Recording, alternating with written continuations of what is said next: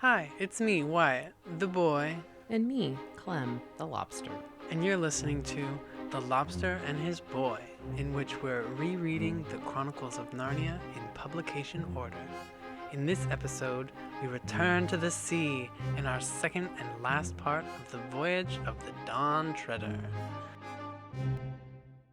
We last saw our team leaving Deathwater Island, traveling eastward, hoping to find the remaining 4 of the Narnian lords.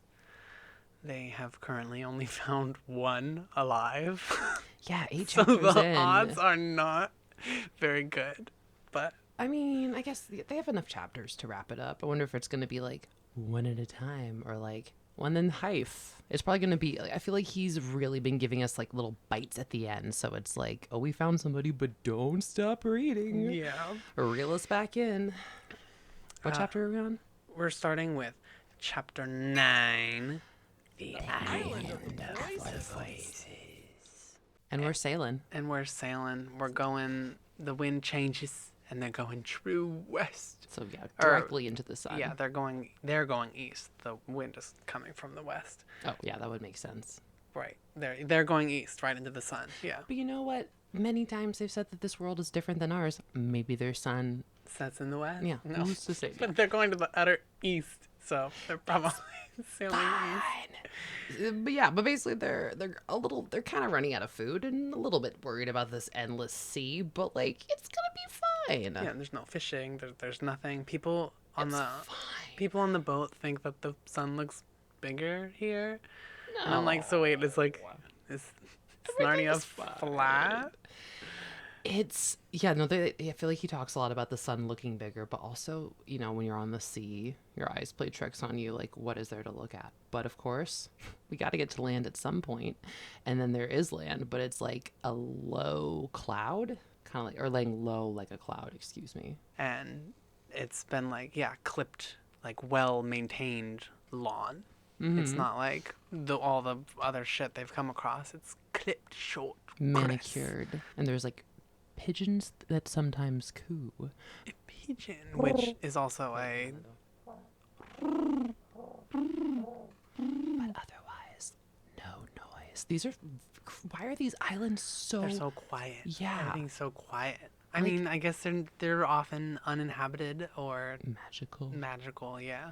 And then he again hits us with that whole hindsight thing about them wandering around. Like, if they had been wiser, they wouldn't do what they're doing. And it's like, okay, well, duh. Yeah. What there'd be nothing to... You wouldn't be writing the story. The story wouldn't have happened if they knew all the things that were gonna happen. Like just stop derailing your own plot. They see this sandy path going up to, surprise, surprise, a quiet-looking house, and they start walking to it because what the fuck else is there to do? But Nothing. Of course, plot. There's a pebble in Lucy's shoe. I don't know where the fuck this pebble came from. They were on a boat, but she stops to take off her shoe to take the stone out, and this is one of those things because you brought up in Lion, Witch, and the Wardrobe, like Aslan does these little, or potentially does these little things, brings this wolf into camp somehow for Peter to defeat. It says that her shoelace is in a knot too, so like... Right, and it takes an extra long time, but she would have just tied her shoes, because she's not going to wear shoes on the boat. Oh, yeah. Because they talk about, well, maybe she does once she gets some shoes. I don't know. Those boots. that Yeah, we- little sea boots, boat boots. Her little bitch boat boots. But by the time she's done doing this whole shoe rigmarole, she can't see them anymore. Like they're gone. Yeah, everyone just left her, which she should have been like, hey, y'all, you got a rock in my shoe, but it doesn't drive the plot. So Yeah. she just does fixes the situation, and she just kind of heads off, or decides to head off towards where they went, because, again, where else are you going to go? And then there is a noise, like a thumping. Loud thumping. As if dozens of strong workmen were hitting the ground as hard as they could with great wooden mallets. Crazy. I mean, sounds like hi ho, it's off to It work is, we yeah, go. it is. It's giving that, but she's But scared. they're not singing. And, like, it's there's- just the thumping. And like, there's nowhere to go, except for there are some trees. So she just like kind of like crouches against a Just tree. Like, flat like a lizard. Like, thank God I'm only 9. Like, stay still. or is she 10 now? I think she's 9 because it's the summer in between. I think we may have said that she was 10 last episode. 10, 11, 12 were their years, but I think she's still 9. I feel like, yeah. She's, yeah, Well, we don't know when her birthday is. I don't think we were ever told. No, somewhere between 9 and 10. But, I mean, honestly, a small child. Sometimes freezing does work, but... Right, if you're still enough and nobody's expecting to see you, like, she can see now the sand on the path kind of, like, puffing out from the thumping. She sees these thumps Like approach. Puffs. Little sand puffs. And then hears voices, which, like, I feel like already many times on this trip I would have just, like, shit myself and run away. This being one of them. Just disembodied voices with loud thumping noises. No, thank you. No, thank you. If we're being honest, I wouldn't have gone on this at all. It would have been like, oh, cool, you want to go on this random ass crazy adventure on the ocean that people don't know? Have fun. I'm going to stay in Narnia, which is a goddamn paradise. Well, I mean, if you're in Lucy's shoes, I feel like her rock-filled shoes,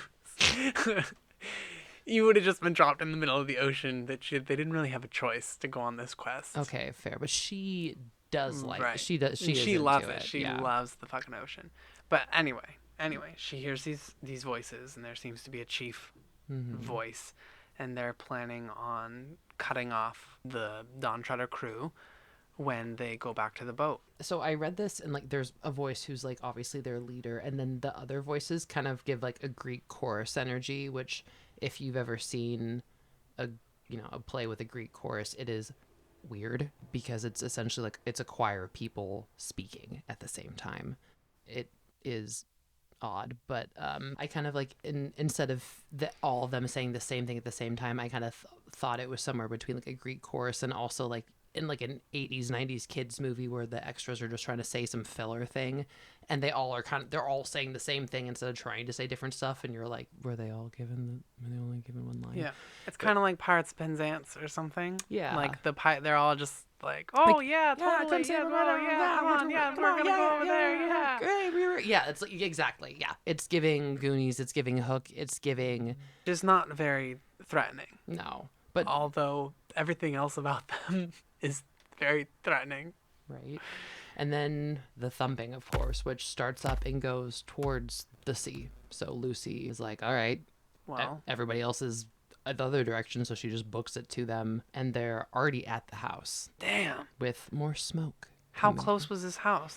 Like, if you can see the house, but then you can't see them, like, were they in the house by the time that she was done tying her shoe? That's crazy. I mean, like, he describes this as very, very flat, so maybe they just... And also, like, it's magic. Maybe it's one of those things where they don't even realize that how quickly they're moving. Yeah. I just feel like after Eustace's disappearance, there might be a little more watchful eyes around the group for people wandering off. I have a note here, and I was like, I feel like Lucy would be more on top of that. And then I immediately backtracked because Lucy is literally known for wandering off. The whole fucking thing is because she wandered off. And then in Prince Caspian, she wanders off in the middle of the fucking night twice in the movie, if you want to count the movie as canon, because she does it in the dream, but maybe the dream was real, and then she does it again in the morning. Whatever. Different book, different movie, different everything. So she's known for wandering off, and they don't. Edmonds isn't keeping an eye out for this. To be fair, after reading this whole book, it seems like it's not like their personalities change on every island, but I think it is a combination of like enchantment and then also being at sea for a long time where you're just kind of sick of seeing the same people. So maybe, I don't know, you're not being as thoughtful. I mean, also because you're seeing the same person so often, like your brain is not really used to them not being there. The thought of them not being within the boat's distance of you doesn't really compute as often. So you're not even going to think about the fact that she could be that far away, because for the last 2 months on the boat, she literally cannot get very far away. She's a child queen. She'll be fine. And she is fine. She sprints back. And so the Narnians are in a wide gateway that's in front of a paved courtyard, and like now they're noticing that like this island is weird. Like this is when they start to mention this island seems strange. Like y'all, you rocked up and it was flat as fuck. Yeah. And it completely manicured, whatever. But the reason they think it's weird now is because in the middle of the courtyard is a pump with a bucket underneath, and it's somehow moving by itself. Pumping itself. Pumping itself. Pump, pump, pump, pump, pumping itself. Pumping it. Pump itself up. Pump itself. Pump yourself up. And then Lucy runs up. Then Miss Girl can run. She sprinted and she shares what she heard. Mm-hmm. This isn't full on Lucy telling people something and them not believing her, because like they do mention where everyone isn't, like they're listening to her but they can't really figure out what they mean, because Reepicheep is like, okay, well, can we stab them, or like, yeah, are they gonna turn visible if you kill them? Like, let's fuck around and find out. This is like a classic Reepicheep thing where he's just like, I'm not gonna cower to anyone. Yeah.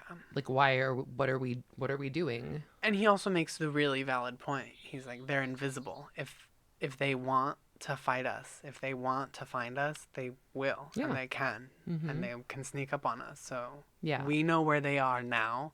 Let's go and figure it out and fight and get it over with, which is also valid. Meet them face to face instead of being caught by the tail. Mm-hmm. Lucy's got Miss Bow and Arrow now, giving Susan, giving Queen.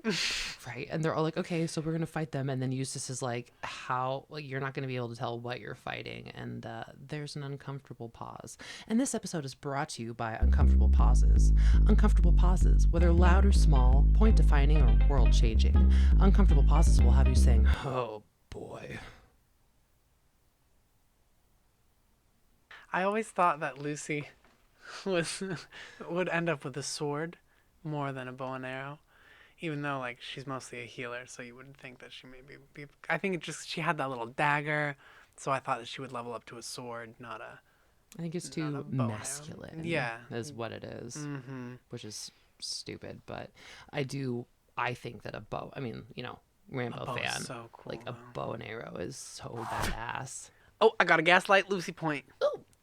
Ding, ding, ding. It says, quote, more than one doubted whether Lucy had not merely imagined all that she had told them. Because they get down to the beach and there's nobody there. Mm. Obviously, because she told you that they were invisible. Like, you thought so you're not going to see anybody. But the chief speaks. So, out of the air. Obviously, they're real. They're like, we're going to talk to you because there's 50 of us and we got a bunch of weapons. So you better fucking listen. And the chorus is like, listen up, listen up. We got swords. Yeah, we're armed. There's 50 of us. And Reepicheep's like, okay, bro, I don't see shit. You know what they are? They're the knights. They're the knights who say me. Oh my God. That's what they are. Yeah. The Knights of Knee. The invisible Knights of Knee. Gosh. Yeah, but the voices insist essentially, and like there's like a fling or a ping or something, like an arrow flies by them. Oh, or whatever.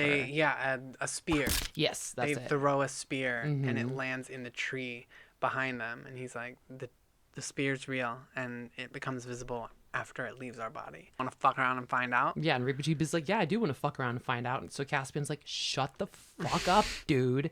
And so he's like, what do y'all want? And like, what did we do to piss you off, basically? Because like, we just showed up here. I mean, we're new here. Like, what do you want? And they say that they want something the little girl could do for them, which pisses off Reepicheep because he's like, that lady is a queen. Yeah, not a little girl. You watch your mouth. That is a queen of Narnia, invisible bitch. And Lucy's like, just come on.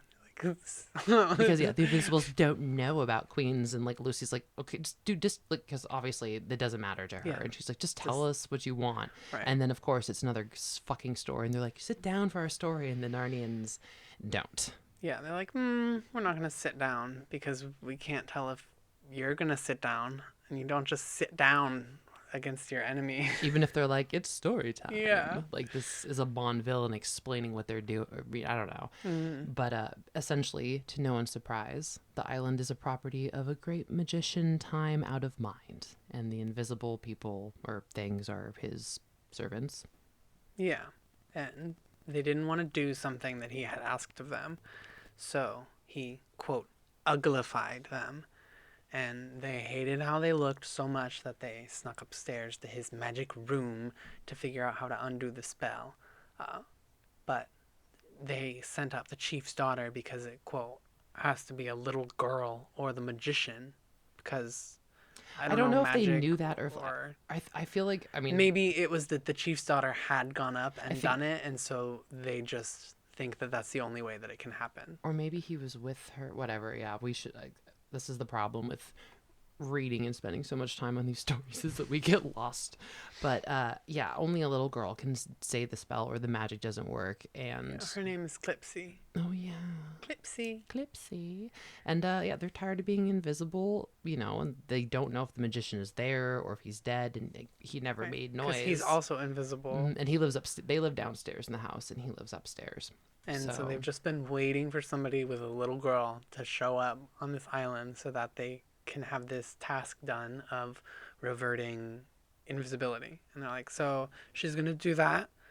Well, we're going to kill everybody. Yeah, exactly. She's like, yeah, because they're all interrupting each other the whole time. It reminds me of like when Trumpkin's telling the story and like he mentions how the kids interrupted him.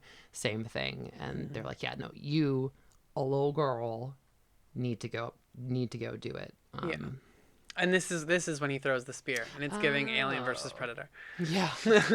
Right. So this is when they prove they have weapons, and she's like, okay, fine. Can I go during the daylight though, because the sun is already setting? Right.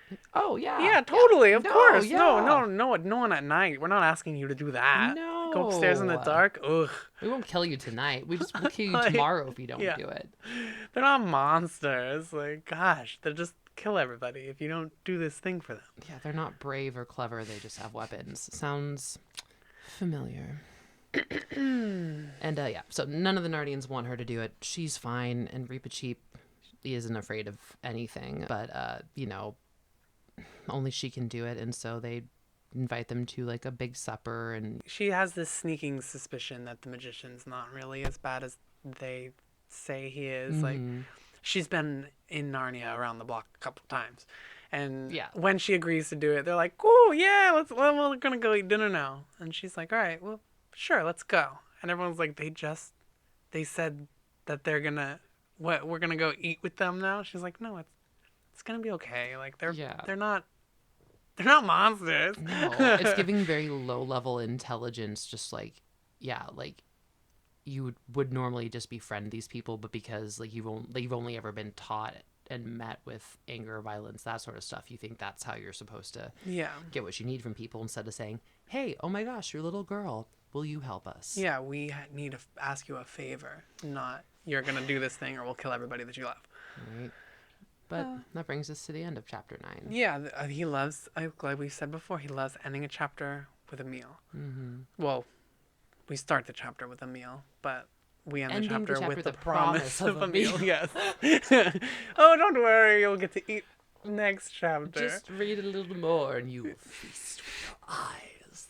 Which is chapter 10, The Magician's Book. These invisible bouncing beings are serving their guests, and they're serving them soup and shit. Oh, I got a list. Any dish containing soup-like or stew-like things was disastrous, except for a good mushroom soup, boiled chicken, hot-boiled ham, gooseberries, red currants, curds, creams, milk, and mead, which everybody liked except for Eustace, probably because he has a genetic disposition. No judgment. I also imagine this feast is like the opposite of the one from Hook, where like they're bringing out tons of bowls and plates and everything's empty, and like in this circumstance, it's just floating plates of food, and they're like jumping like 15 feet in the air, and then like it sounds bonkers. Yeah, the food is splashing around, and Eustace leans over and he's like, I'm kind of intrigued. He's like, I'm wondering, are these like grasshoppers or frogs. And Edmund's like, don't mention that to Lucy. Like, she's not really keen on bugs. Who would be keen on like 4-ish foot tall grasshoppers? Edmund. Who would be keen on that? Please tell me. That sounds terrifying. Yeah, I was trying to find a way to rationalize it, and all I could think was, nope. This is a big ass messy meal, and you know what? I'm sure big old bugs have their place in the world. All God's critters got a place in the choir, but Lucy is looking at the stairs. Yeah, she gets placed at the head of the table, looking at the dark staircase that she's gonna have to go up to tomorrow. So like, it's wonderful food and people are having a good time, but it's like she feels like she's gonna go to the dentist tomorrow. It's literally like a dark cloud lurking over her, which honestly, braver than I would be, because she's only as nervous as going to the dentist, or like she's got a test or whatever. Like, you might die. You don't know. You don't know where you are. You don't know if this magician, is a cool guy. Just why be scared now? Yeah, why? After everything that's happened, now is not the time to be scared. Now is the time to have confidence that you are going to be okay. I guess a lot of shit has happened and you've come this far. And like, not even just in this story, like from the very beginning, from being a child of war times, going to a stranger. Why am I crying? Going to a stranger's house in the country and like being estranged from your parents. Like, that sounds like a lot. So in my head, I'm like, how is this any scarier than walking into a wardrobe that turns into a forest? Yeah. Anyway. No, that's valid. That's just my thought. But and after breakfast, she says her goodbyes and she doesn't even turn around. You can't. It reminds me of Orpheus when he's got to walk through the underworld, and except she's better than him because she didn't turn around. But the nice thing is, it's light as she comes upstairs, and there's a grandfather clock in the hall doing it. So there's nice light coming through the windows. She goes, there's a hallway, goes upstairs again, and there's this longer hallway just full of doors. No more clock noise. Yeah. It's like she turned one, I imagine it like more of a landing, like a small hallway with a bedroom or a bathroom or something, and then up the stairs to the full hallway, and just that one turn and a couple feet. Like it seems like a test. Yeah, like it's totally a test, because later on it's like she thinks that the hallway's gotten longer. It's like that trope of you're walking down a long hallway with many doors and you have to go to the last door on the left. Are you going to open any of the doors along the way? Like, it's one of those types of things, and she's just starts walking because what the fuck else are you supposed to do? Yeah, and every door has like a twisty, complicated scarlet sign painted on it that obviously has a meaning and probably wasn't very nice, but like, what does it say? I don't know. Yeah, so it's definitely a little spooky. Like seeing that shit painted on doors, like you don't know what it is. You don't know if it's like ugly masks on the wall that have empty eye holes. Yeah, like spooky masks that a queer mention. They look queer. Oh, that's one. That's one. One queer. There's quite a few queers in this adventure. Yeah. I'm sure the shadows are like playing and they kind of look like they're following her, and she's like looking at the walls and then gets startled by this mirror because it's got like fake hair on top and a beard. I'm sure it's like all silver. I don't think it's real, but she thinks that there's like another person popping out of the wall, and then we get a little author's side bit, and he calls it a bearded glass with capital B, capital G, but he says he doesn't know what it was used for since he's not a magician. And I was like, what? We know. I know that, but like, what? You can't bring up shit like that and then not. It's so annoying. So I looked it up, and I couldn't find any real information on this bearded glass, but I did find a fan fiction, and it's really short. The chapters are like 1 page long. I didn't really read past the first page, but it centers around this bearded glass in the golden age of Narnia, so that 15 years after they defeat the White Witch, and they have an original character, Queen Edeline or Edeline, she looks in the mirror and she does see someone else looking back. And so she puts her face closer and closer to the mirror and is transported to Narnia, like a different Narnia that doesn't have magic or something. I don't know. I didn't read that far. A Narnia without magic. I don't know, but she doesn't have a way to get back. And so it's like, I thought she was going to come to the real world, but it made it seem like she just went to Narnia again, but I didn't read that far. So it would be cool if she went to like London World through the bearded. I love London World. I think I called it out like a bunch now. No, I love that. Well, so I thought that this doesn't happen, obviously. I thought when she looked in the mirror, just based on everything that's happened, I thought she was going to turn into the bearded boy. Because I genuinely, I don't remember a lot of this story, and I don't remember a few of what's going to happen. So this has been really fun getting to reread. Right, like the overarching plot, but they stop on so many goddamn islands in between. There's so much that happens. And I was like, don't turn her into a little beardy boy, because then she's not a little girl. Whatever, the point is, that doesn't happen. Oh, yeah. But yeah, that doesn't happen. Yeah. She instead goes, like, finds the room, and the door is open. It's open. Why is it open? No. Hard pass. But it's full floor to ceiling with as many books as you've ever seen. That we got tiny books, fat books, dumpy books, bigger books, and any church or Bible that you've ever seen. Bound in leather, smelling old, learned, and magically. Lots of books. Yeah, but Lucy got instructions, so she were to leave these books alone and go to the book. The book on the table in the center. The magic book. And the book is facing the wall, so you would walk up to it and you can read the book. So your back would be to the door. Mm-hmm. She finds that uncomfortable because it's just a dark door. I'm sure it's not actually that dark, but it's creepy. It's at the end of the hallway, so I don't know if there's a window at the end. Probably not, so it's probably kind of dark. Yeah, and she mentions the carpet is thick, so she wouldn't be able to hear anybody walking up on her. So as well as they told her that he walks around like a cat. He's quiet on his feet. She tries to close the door and cannot close it. Again, this feels like another test. Like, she needs to turn her back to this open door, trust that everything is going to be okay, and find the spell. And she opens the book and realizes that they don't know what page it's on, and so she's going to have to look at every single page until she finds the spell. Oh, that could take weeks. Yeah, it's a big-ass magic book. And she already feels like she's been there for hours. Yeah, it's probably just like quiet, it's warm, like it's oozing magic, so thank you. And like she touches the books and her fingers tingled as if they were full of electricity. Like an old TV when you...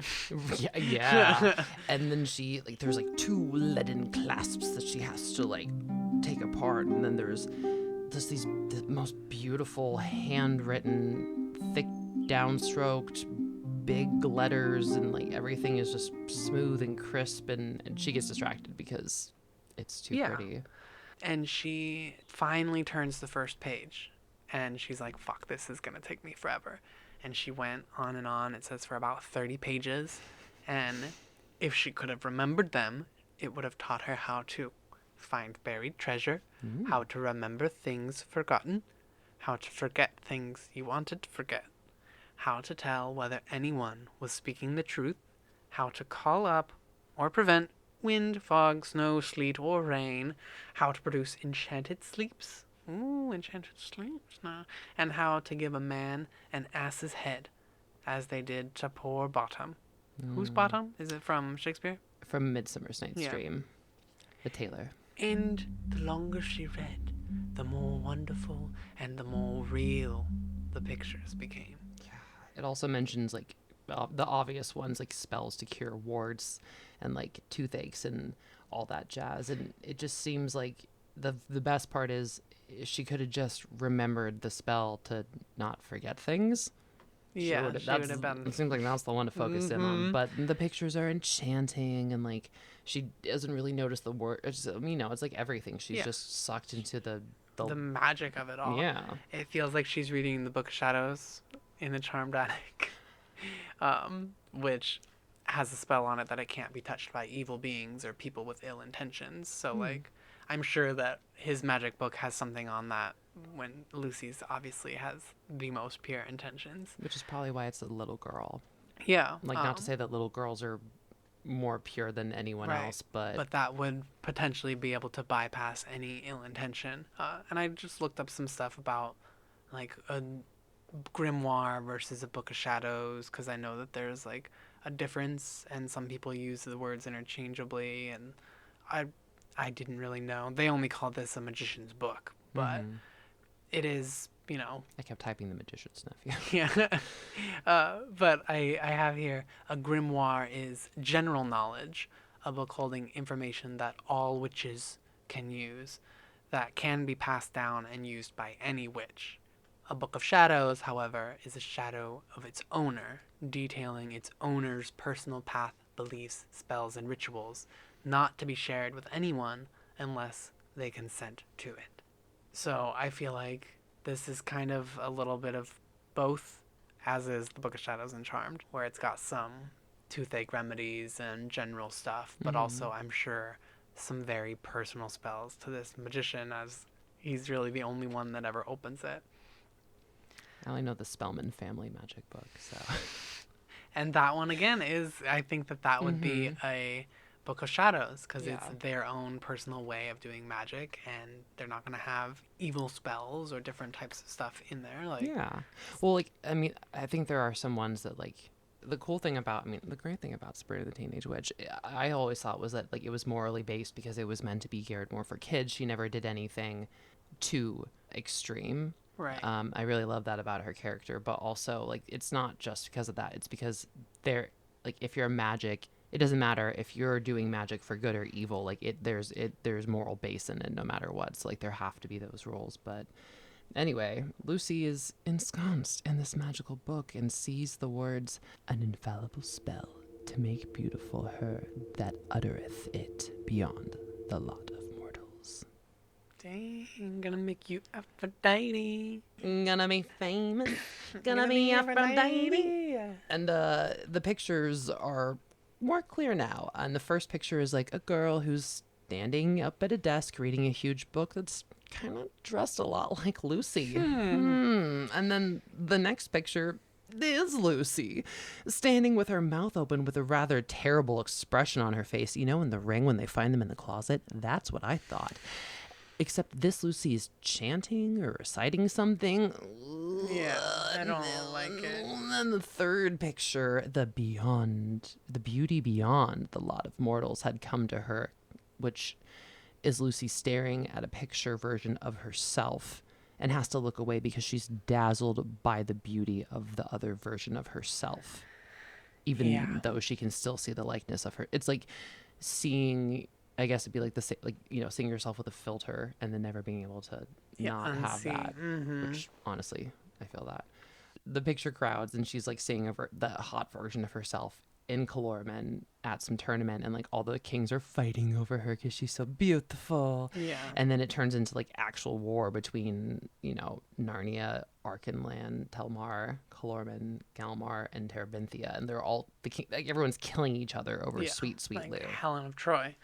And then somehow we're back in England in this fantasy, and Susan's home from America, and she's a plain Susan, and she's jealous of how beautiful her sister is, and, like, it's like one of those like Midas touch, sort of like we're gonna give you everything you've ever dreamed of, and it's gonna be wonderful. And like, but this beautiful Lucy doesn't care that Narnia and all these lands were laid waste, because she just wants she to be the most deserves it, beautiful. because she is so beautiful. And Lucy is, like, she's about to say the spell. She's, like, says She's out tempted. loud. She knows that she shouldn't, but she's about to say it. And she's like, she cares, but, like, she looks back at the words and then, like, right at the beginning of the spell to say it. Right. And in my head, I'm like, okay, so is it in writing? No, it is just the face of he, him. Yeah, of Aslan. Like, she goes back to read the words, and instead of the words being there, it's a picture of Aslan's face. Just staring at her. And he's snarling. Like, he's not making, there's no sound, but she can tell he's not happy. And she was so scared by his face that she turns the page. Yeah. She's like, oh, fuck, he saw me. Yeah. He knows. God is watching. He knows I was tempted. He knows I was about to say it. And she feels overlooked because Susan is they're probably always talking about how pretty Susan is. Even we talked about it at the beginning. We're like, the prettiest daughter goes to America. Of course. Yeah. Well, like, and so I don't think they don't really discuss this further, but I wonder that if it, I don't think it was actually, I don't think it was Aslan. I think it might have been a projection of her own, like. Right. The magic was reading her. And Yeah. so when she went, like, created the. Because she didn't want to. She knew she shouldn't. Yeah, because it can't be someone else telling her not to do it. The only person in that circumstance who's going to call reason is the king. Yeah. So, anyway.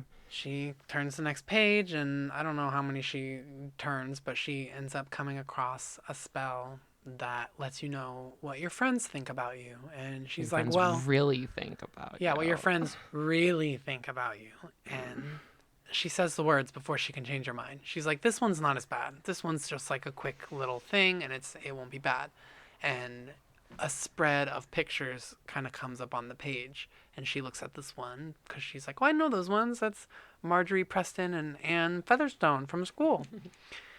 And as she looks at the picture, it kind of probably envelops her or whatever, and she just kind of like she's like sees it. It's like she's there, but like a ghost vision where she's watching it happen. Yeah, she is watching them chat in like they're in like a horse carriage or. I guess they're like on the train going to school where she. Right, where she is going to. I don't understand. It's like it's like a flash forward. Yeah, it's showing the train ride to school on the coming term, kind of thing, like a possible future or something. Mm-hmm. And Anne, I guess, is not very nice, and she says, shall I see anything of you this time, or are you going to be all taken up with Lucy Pevensey? Don't know what you mean by taken up. Oh, yes, you do. You were so crazy about her last term. No, I wasn't. I've got more sense than that.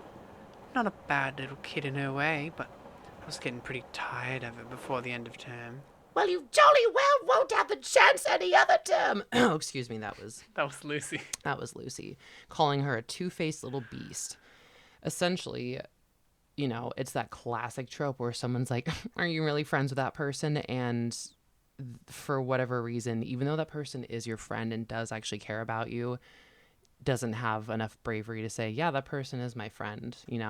It's not Harry Potter defending Ron Weasley. It's the opposite. It's Harry Potter sitting in a carriage with Luna and Neville when Cho walks in and he goes, wow, I wish I had cooler friends. And you're like, wow, you're a piece of shit. Wow, okay. Who the fuck is cooler than Luna Lovegood? Yeah, and whatever. He changes his mind by the end of the year after they put their lives on the line for him. But is that what it takes to be your goddamn friend, Harry Potter? Then I don't want it. And that's why we're doing a Narnia podcast. What does this That's mean? why. Anyway. Because Harry has too high of expectations for his friend. Well, similar to Harry trying to talk to things that aren't real, Lucy realizes that she's talking to a picture. Right, she's like, you little bitch! Wait, she can't hear me.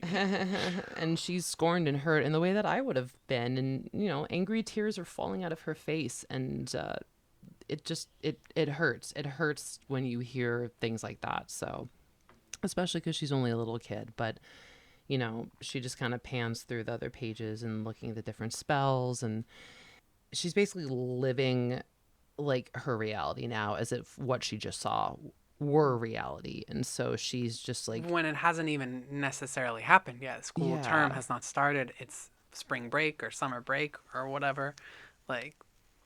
that's maybe that was, I don't know, leaving school. I think it said they were on the way to school, but well, and then regardless, it's basically you have a conversation in your head and you gaslight yourself into thinking that that's what's going to happen. Mm-hmm. And that's how that person feels about you when you never had the conversation.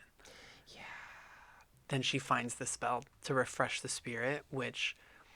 it could be taken as, that's the page that was coming up next, or this book is kind of sentient and not feels bad for her, but is giving her something to push her forward. Yeah, and so she isn't saying this refresh your spirit spell, but she's reading it, and this story does the same thing. It still refreshes her, and it's the most wonderful story, and she wants to read it over and over again for the rest of her life. And then we get a CSL fun fact where he says, "But here part of the magic of the book came into play. You couldn't turn back. The right-handed pages, the ones ahead, could be turned. The left-handed pages could not." So that's crazy. And I think that that's because the book knows she's a visitor. I think the magician could probably turn back a page. I'd hope so. We got to do the whole thing and then start over. Oh boy. Or you got, I don't know, take extensive just close notes. The whole book as like a hard reset. Right. And yeah, she doesn't remember anything like that she's previously read, but then she finally gets to a page that says a spell to make hidden things visible. We do get a second queer mention because she says, "This is a very queer book." Ding, ding. And I'm sure it is. That's 2 queer points for those of you keeping score at home. Oh, she does remember a little bit about the story. And I just wanted to make note of it because I have high hopes that later on in the story, in the books that we read, there might be a mention of the story or of some sort of whatever. But all she remembers is that it was about a cup and a sword and a tree and a green hill. So keep that in mind, folks. A cup, a sword, a tree, and a green hill. The cup is the giveaway. Like a sword and a tree and a green hill, that's every Narnia book ever.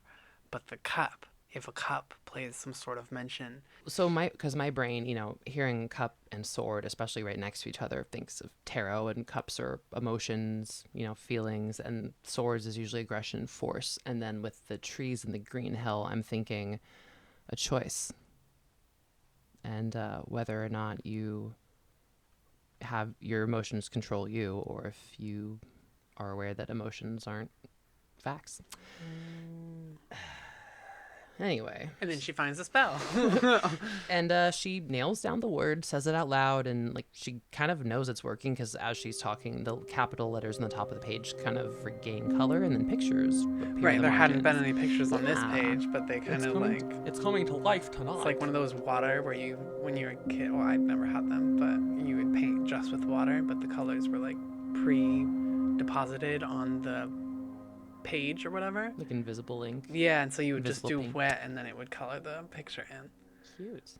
Yeah, everything becomes visible, and she knows that it worked. And then she saw something in the doorway. A soft, sweet something. She hears. Well, first I think she hears the pat, like soft patting, and she thinks that it's the magician because it sounds like a soft cat's foot. Mm-hmm. But it is a soft cat foot. Because it's Aslan himself, the lion, the highest of all kings, standing in the doorway, and he's solid and real and warm, and he lets her kiss him and bury herself in his shining mane. And it says her face lit up till for a moment, but of course she didn't know it. She looked almost as beautiful as that other Lucy in the picture when she smiles when she sees Aslan. From the low earthquake-like sound that came from inside him, Lucy even dared to think that he was purring. "Oh, Aslan," said she, "it was kind of you to come." And he says, "I have been here all the time, but you have just made me visible." I definitely shed a tear when I was reading this. My Narnia books are ruined, honestly. If Christianity was really this sweet, I think I would be Christian. So this is my issue, as a child who was raised Christian, is because I have autism.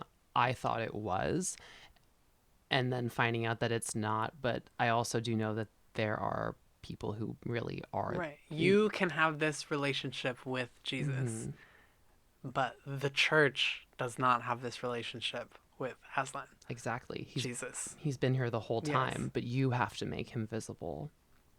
Ah. And, Which makes me sad because just earlier, Edmund, on Dragon Island, Edmund was telling Eustace, like, Lucy sees him most, she's always, well, I think we said she's always looking for him. Exactly. But Yeah. this seems like maybe she wasn't really looking for him. She was busy. She was caught up in the adventure. She was worried for her life, and then she was doing all this stuff, and she then got caught in an ego trap. And I think this is the trajectory of Aslan, where it's like when she's very small, she sees him everywhere. When she gets a little bit older, she doesn't see him, but she knows he's there and she can call him easily. And then I just feel like it's the metaphor for our faith as we get older. It's like, that dogma quote where we all have a glass, and when we're little, it's a small glass and we have that liquid in it and it's full, and then our glass gets taller. And, essentially, I don't know if it's because she's young or because she's Lucy, but it almost seems like it's because she's Lucy, because Lucy is special. Yeah, because she wants it, because she looks for him, and because she's the light bringer. Exactly. And and she's like, she's just genuinely shocked and wonders if she made him visible with that spell, and he's like, of course. Yeah, like, she I think she kind of gives him a little cheek. She's like, yeah, like, I made you visible or whatever. She's like, you can do whatever you want, you're Aslan. And he's like, no, you did. Like, don't you think I would obey my own rules? Yeah, like, that's not how it works. Yeah, when, like, she was kind of like making a joke, like, oh, like, yeah. Like, I made you visible, come on. Yeah, and he's like, he's like, no, I follow the rules. He's like, it's not funny. Bitch, I follow. Like, just because I'm all powerful and can do whatever I want doesn't mean I will, because that's not what you do when you have power. He's like, I literally died because I had to follow the rules a couple years ago. Do you remember? Are you fucking kidding me? You remember your little brother? And then he gives her a little lesson, because every time he appears, he gives her a little lesson, and this one is that spying on people by magic is the same as spying on them in any other way. What? No, it's magic. She was like, I wasn't spying. It's magic. You can't spy with magic. What do you think's crying? Scrap. And he says, and you have misjudged your friend. She is weak, but she loves you.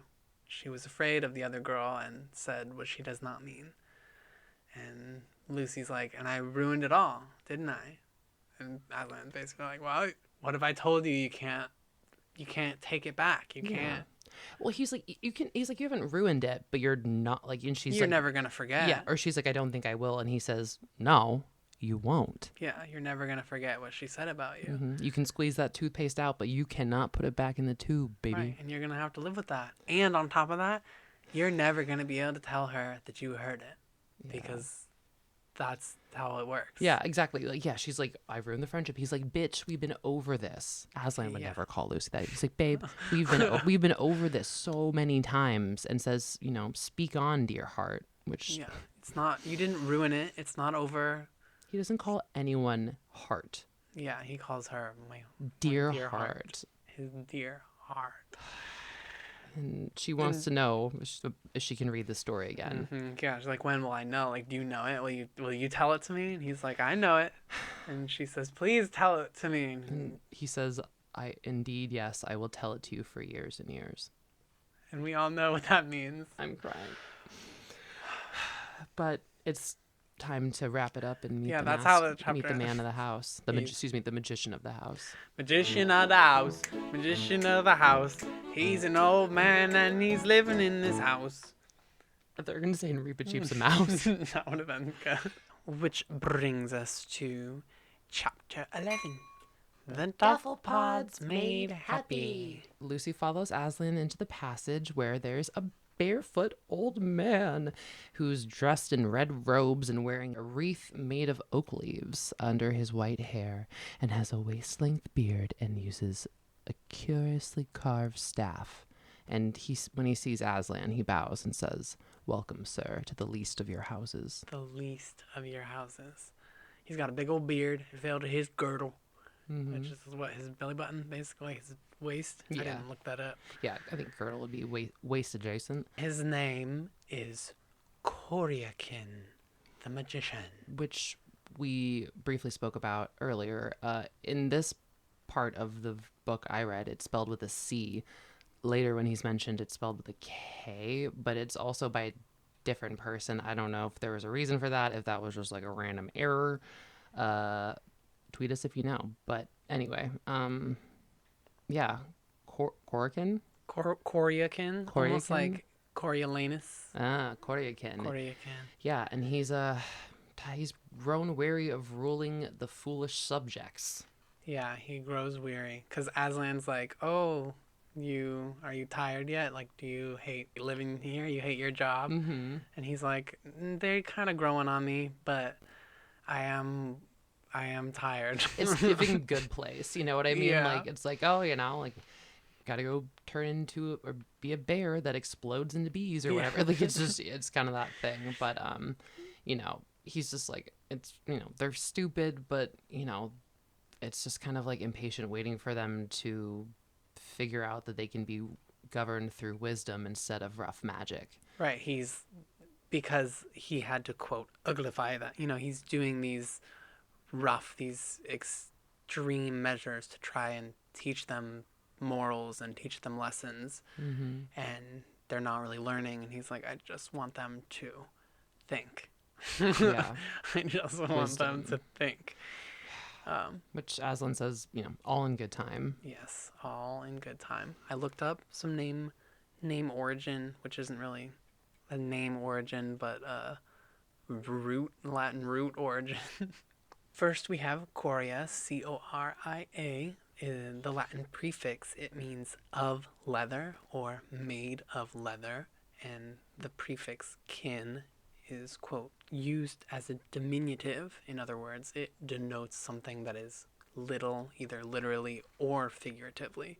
So, like, small leather, so like something small made of leather, is how his name breaks down, which is interesting for a magician. Now, Aslan is not going to show himself to the creatures because he's pretty sure it would scare them out of their senses. So, yeah. He's like, it's like when you see an angel. You're like, what the fuck? No, he's too cool and powerful and magical for these beings to see him quite yet. You couldn't handle it. So he pops off to Cara Paravel to update Trumpkin on their adventure, and he tells Lucy that he's going to see her soon. And she goes, please, Aslan, what do you call soon? And he says, I call all times soon. And instantly vanished away. Wow. And then, so badass, but also so mean. And then they turn on Crestfallen by the Smashing Pumpkins because the magician and Lucy are sad. But, it's... the magician says, it's always like that. You can't keep him. It's not as if he were a tame lion. Yeah, which is we hear it every single time he leaves. I feel like somebody's saying that. Like a frog. It's his magic. I think he just makes you feel so good. Mm-hmm. That when it's gone, it's like doing a little bit of Molly. And then your dopamine is gone. Mm-hmm. Yeah. Aslan is just like doing a little bit of Molly. I think it's just, I don't know. It's like you're seeing just your favorite person in the world. Like, yeah, like you're absolute, you're out of state bestie, basically. So just when you see them, everything's great. And then it's like, even though things aren't bad when they leave, it's not the same. So the magician's like, did you like my book? And she's like, yeah, parts of it. But she wants to know if he was there the whole time. And he's like, yeah, of course. Obviously he was just, he doesn't tell her where he was, but like I'm assuming he was there. He says that he wasn't like on watch for her or whatever because he fell asleep that morning. Yeah, so but he knew she was there. He knew that she was gonna be coming. I think Aslan told him or something. He was awaiting her arrival. He knew that she was gonna come and turn them visible again, which is like maybe he saw it in the future in his magic book. Right. But he says that being invisible always makes him sleepy. So same. He just was asleep that morning and woke up and probably went up to the room to check. Mm-hmm. And Aslan was like, wait, she's doing it right now.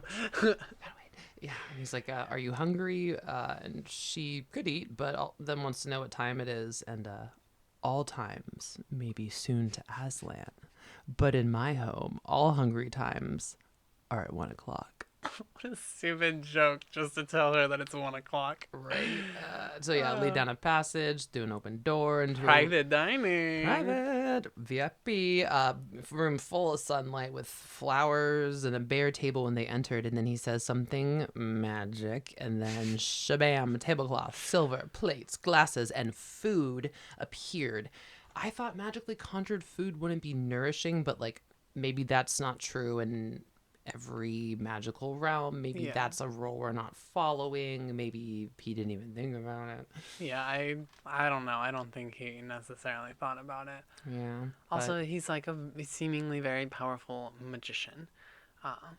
Yeah. And he conjured up food. Well, maybe he conjured it from London World. Because he has food that is familiar. He says, I thought you'd want something that's familiar to you for a change. Like, because she's been on a boat eating Narnian slop. Hang on. They crack a cold one and look at the spread, which is got an omelet, piping hot, cold lamb, and green peas, a strawberry ice, lemon squash to drink with the meal, and a cup of chocolate to follow. Cup of chocolate. That's what your brother had when he betrayed his family. Well, probably not, because he would have known what it was, but basically. Also, cold lamb, definitely good. And lemon squash, I'm pretty sure just lemonade is what that is. Yeah, because they just call it lemon squash. Yeah, no, I remember as a kid being like, what the fuck is lemon squash? But yeah, no, it's like just basically catering to the food from London World, which also, this episode is sponsored by London World. London Bridge may be falling down, but London World is just beginning. Come on down, London World. Got all things for every girl, but not for boys, they go away. Don't bring your boys, cause we'll send them away. No boys in London World. Lucy asks if these, magician calls them duffers, are visible. And he goes, oh yeah, but they always take a rest in the middle of the day. A siesta. And so they probably don't know that they're visible yet. And Lucy, is asking for the tea. She wants the real story. And the magician is like, I didn't uglify them, but I did change them, and in his opinion, for the better. And the chief one, the one that they all kind of listen to, is just very conceited, and he doesn't like it, and he doesn't like the magician, and he's convinced all his people that this is the way to be, and they're not really to the level of intelligence of forming their own opinions. But it's unclear whether the chief is or not. It just sounds like it's one He's it's like one opinion being echoed. Yeah.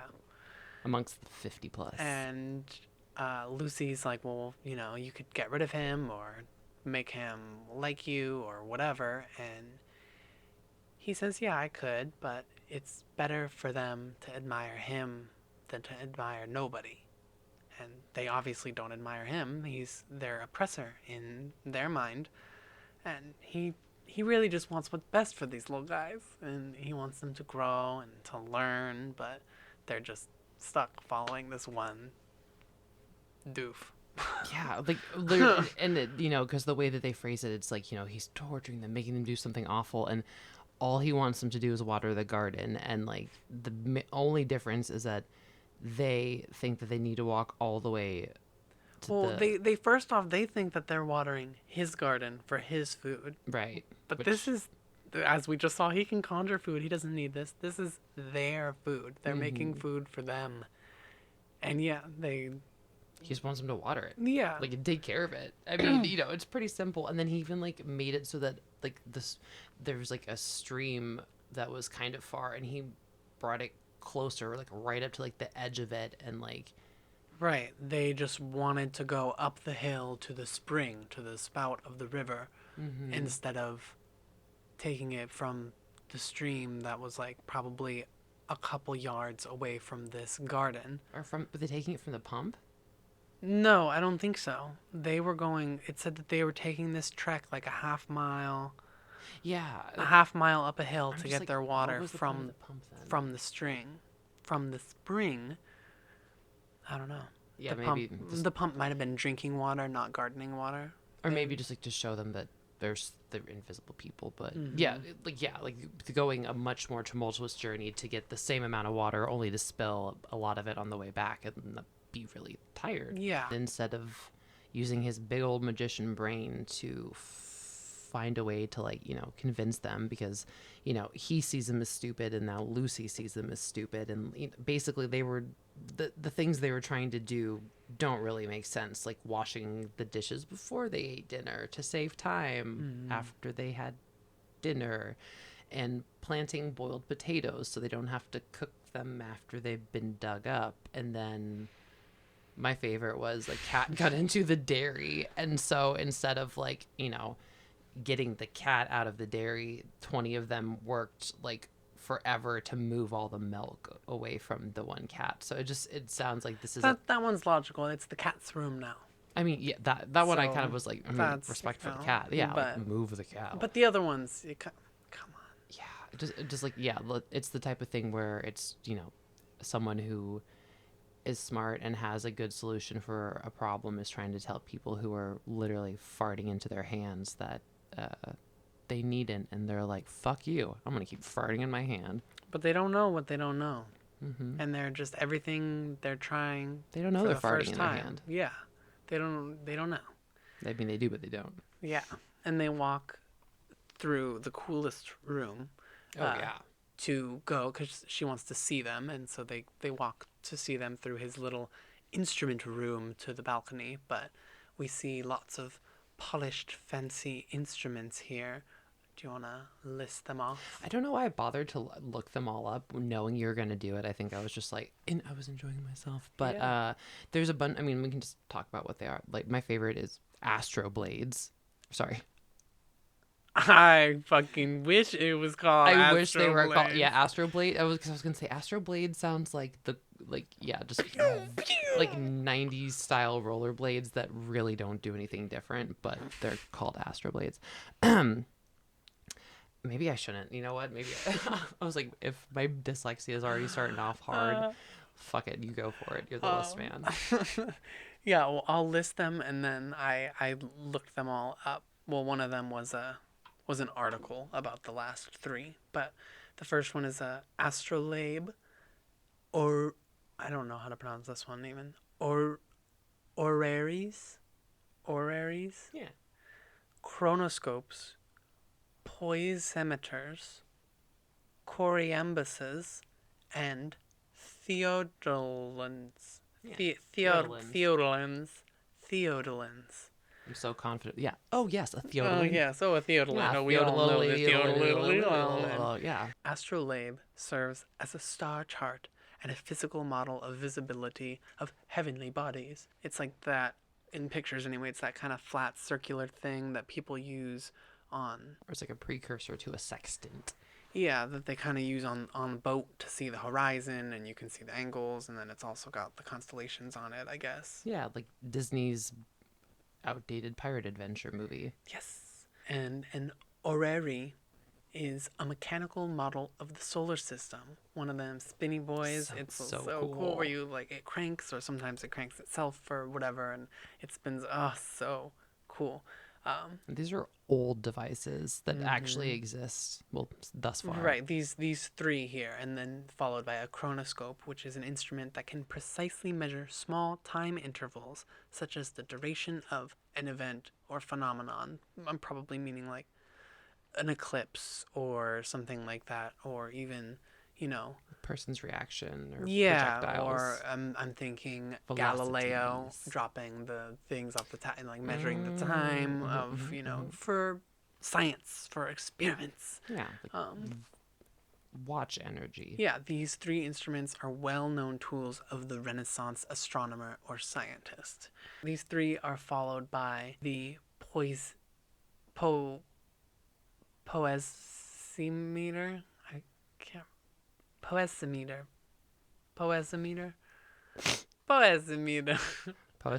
yeah. POESI meter, METEER. Poesimeter. For editing Wyatt to get the correct pronunciation. Yeah, we'll see. In this article, this must be an imaginary instrument for measuring poetry, is a pun on the poetic meter, like Shakespeare stuff. And then there's the choriambus, which is a term actually borrowed from poetic meter. It says this is a 4-syllable foot, which I don't really know what it means, and I didn't do that much research. I saw one thing that it was talking about. It's something with dashes in between, and this has an example. I think it's called dum diddy dum, and it's got a dash between all 3 of those words, so 2 dashes, and I think that it's just the term for the dashes. And then the the Theodolend, whose name reminiscent of theodolite, a genuine surveying instrument, which I also didn't really look up what it's for, appears to have been borrowed from Queen Theodolind of the 6th century Lombards. So basically, these are just puns for English majors, these last 3. But the first 3 are real devices used for science and magic. The Theodolin, whatever that is based on, that is a tool to survey the measurement of a horizon and vertical lines. Oh, okay, the theodolite. Like it sounds like more like seafaring type of tools. Cool. After they walk through this room of magical astronomy tools, well, they're not really, any of them are magical, but whatever. Through these cool tools, various levels of magical assortment. Yeah, Lucy is shown these, quote, duffers, which I also looked up because it reminded me of Hagrid, how he calls Hufflepuff a bunch of duffers. And I kind of wonder if the magician just kept calling them that because he thought that they were stupid, because it means like a stupid person or whatever. Yeah. And they just thought that that's like what they were called as a group, which is sad.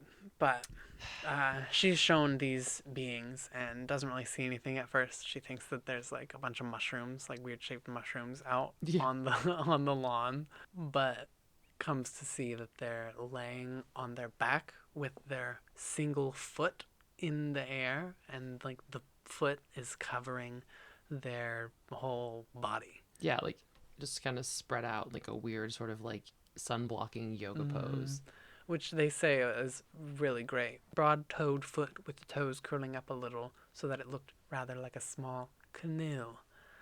It sounds hilarious. Yeah, like an elf foot, a classic elf foot. Yeah, like with the little pointed shoe, but it's their foot.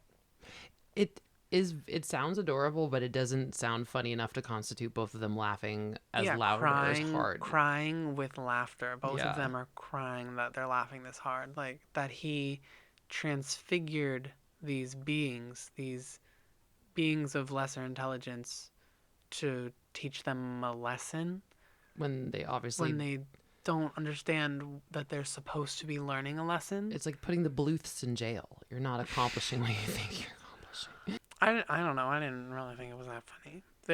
It sounds kind of funny with them hopping around. Like they sound kind of cute.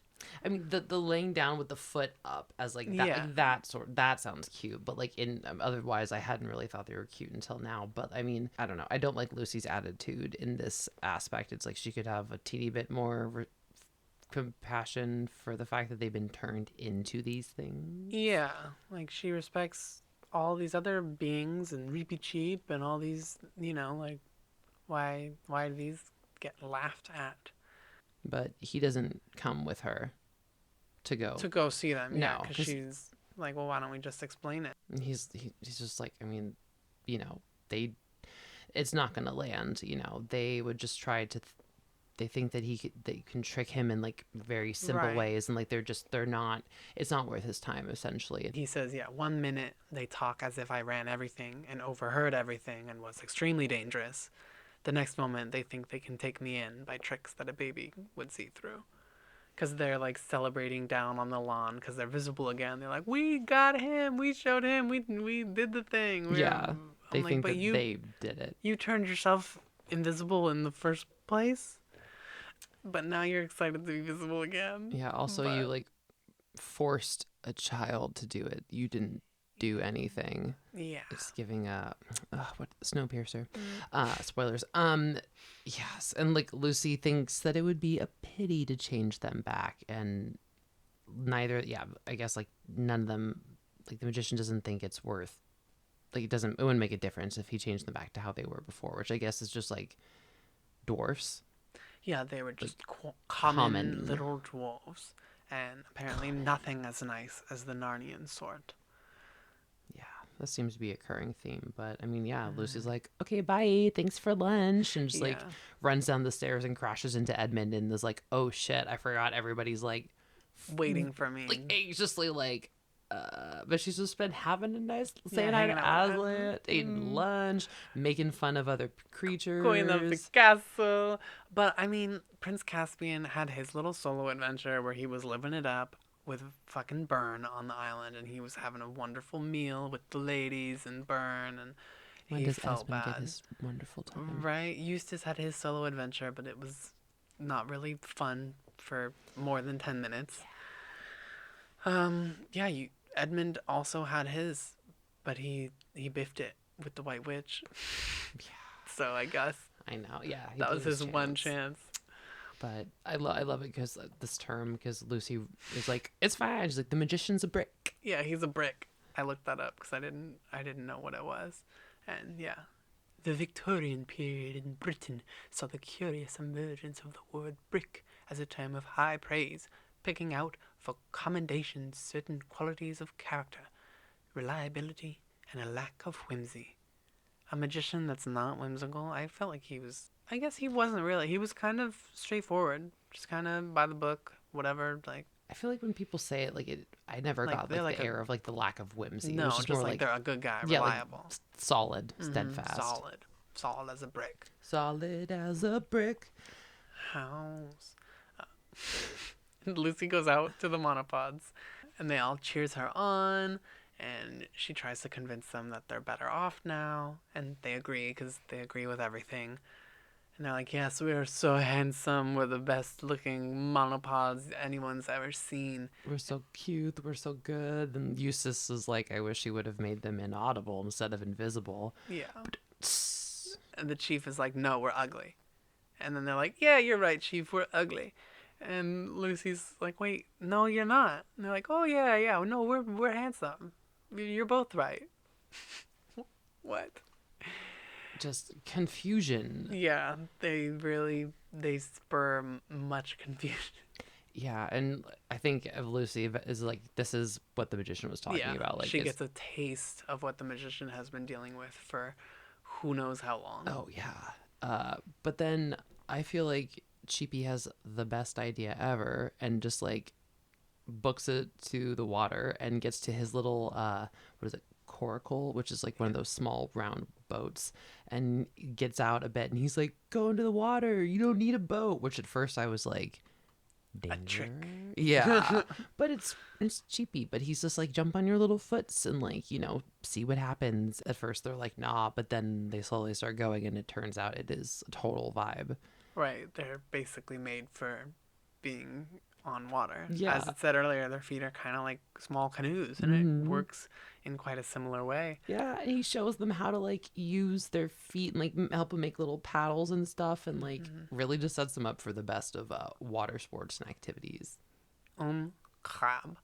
Um, and they keep calling them monopods, which they like their new name, and they do end up getting confused a little bit on their new Yeah. name versus their old name. So we have duffers, then monopods, then moneypuds or pomodos or potymons, Patimon. which the duffers get mixed together and they eventually settle on, Duffel pod. which I'm a fan of, though it kind of reminds me of like powder puff, or like not powder puff, powder puff. Yes. Duffel pods, Duffel pod. not for kids. Duffel bag. This episode is sponsored by Duffel Pods. Duffel Pods, please stop eating them. That dinner, they all get magic, whatever you crave most, dinner upstairs. And the magician helps them out with some cool ass magic. Oh, it's so cool. He pulls out like 2 blank sheets of parchment paper and asks Drinian to fill him in on the whole journey, and he does. As he is telling the story, pictures start appearing on the parchment, and it's like Marauder's map, kind of. yeah, But as it's happening. As it's happening, the map is being painted in front of them, 2 copies, and the magician keeps one, and they get to keep the other, which is now the East Seas that have previously been uncharted are now. They've got a map of these seas. That still hangs in the chamber of instruments at Ka Parva. Oh yeah, and the bonus Jonas of this map is that if you look at it with a magnifying glass, you can see the coasts, and you could even see the streets and the buildings like of the market on not Galma, but so the Marauder's Google's map. Yes, you can zoom in, but only where Drinian has seen. I'm wondering if he were to, see new things in the same area, as long as it's in the map's area, would it be able to chart it? Probably not. I feel like it's the magician doing the magic, but maybe if he gave him like a blank parchment and was like, right, oh my god, he could go, kid. That's like Minecraft. You walk around with a blank map and it fills it in as you walk around. But the magician doesn't know anything else, but he does know, as we all do, that around 7 years ago a Narnian ship was there. He said that the lords that were there were Lords Revilian, Argus, Mavramorn, and Roop. So it is the full confirmation that Restamar is indeed resting at the bottom of the Midas Lake. Good gold body. And hot gold body. Get your gold body at Deathwater. The next day. Yeah, so the magician magically mends the stem where the sea serpent gave it that little crunchy sort of energy. Right. And loaded her up with useful gifts. No details, but on these useful gifts. Probably just like food and probably the same stuff he's already mentioned. He's like, ham hocks, figure it out. Cold lamb. Cold magical lamb. And then and then the duffel puds just kind of cheer them as they paddle away, and they just kind of go until they can't hear the cheering of their little feet. Bye Depuff guys. I have a note here, which is from, I think, like the Narnia wiki, and it says the relationship between Koryakin and the Duffelpuds is usually seen as a metaphor for the relationship between God and humanity. Namely, the Duffelpuds see Koryakin as the oppressor because he tells them to do work in his garden that is eventually for their own good, and believe that they can fool him. The story of their transformation into monopods was likely self-deprecating on the part of the author. Lewis was born with only one joint in his thumbs, which impeded his physical activities and resulted in him becoming a writer. Therefore, his handicap led him to discover his purpose in life, the same way as duffers eventually found advantage in their new form as monopods. I mean, the thumb thing, sure, yeah. The God thing, meh, boo. This whole idea of, like, someone being in charge and being so laissez-faire and thoughtless and cruel is just gross, and I'm over it and I'm done with it. Like, no, if your religion is based in fear or guilt or anything that's just like other than kindness, you can get off my Dawn Treader. You can get off my boat. It's a ship. Walk the plank, bitch. Get off my boat. And that brings us Chapter 12. The Dark Island. Also, get on up for the Dark Island. Everybody get on up. Gonna go down to the Dark Island. What kind of stuff do you need to bring? I don't know. It's dark. I've never been there before. Yeah, they spent fucking 3 days on Duffelpud Island. I thought that they were like gonna get on up, get on going. I mean, they're making magical food. Like they went a week or more from Deathwater Island to Duffelpud. And we started this chapter, or we start this chapter because they say they spent 3 days and then they left. 12 days later, sailing. We've been sailing for 12 days. On top of all these other days that we've had, we're on like 102. Like a generous guess, maybe 110. They've still got quite a few days left in their year and a day journey, but 102 days, and they're kind of just like putzing. They're not going with any sort of quickness, but they're getting there. I feel like it's like to maintain their stamina and delay any potential, like, I don't know, like negative, dangerous things. Because and they're gonna have to sail back, right? The whole fucking way. I mean, unless they're going all the way around. Well, there's the edge, right? There's the water on the edge, according to them old sailors. I mean, I don't know. I've never even been through a boat. Another Lucy Reeby Cheap chess moment. I swear, if we see Edmund playing chess with Reeby Cheap one goddamn time in the movie, I quit. Well, especially because if they were to replace him then in this part, because Edmund is supposed to be the one who looks out and points out where we're getting to, they wouldn't even like swap the roles and let Lucy point out what they're about to see. No, he would just see it over the shoulder. Yeah, another one of these random sailors that he chucks in from time to time. Sometimes they get names, sometimes they don't. It doesn't matter. They're not important to the story. Why are you giving them names 200 pages in? No one cares. But yeah, so 13 days in, so... On the 13th day, unlucky day, Edmund sees a dark mountain rising from the sea.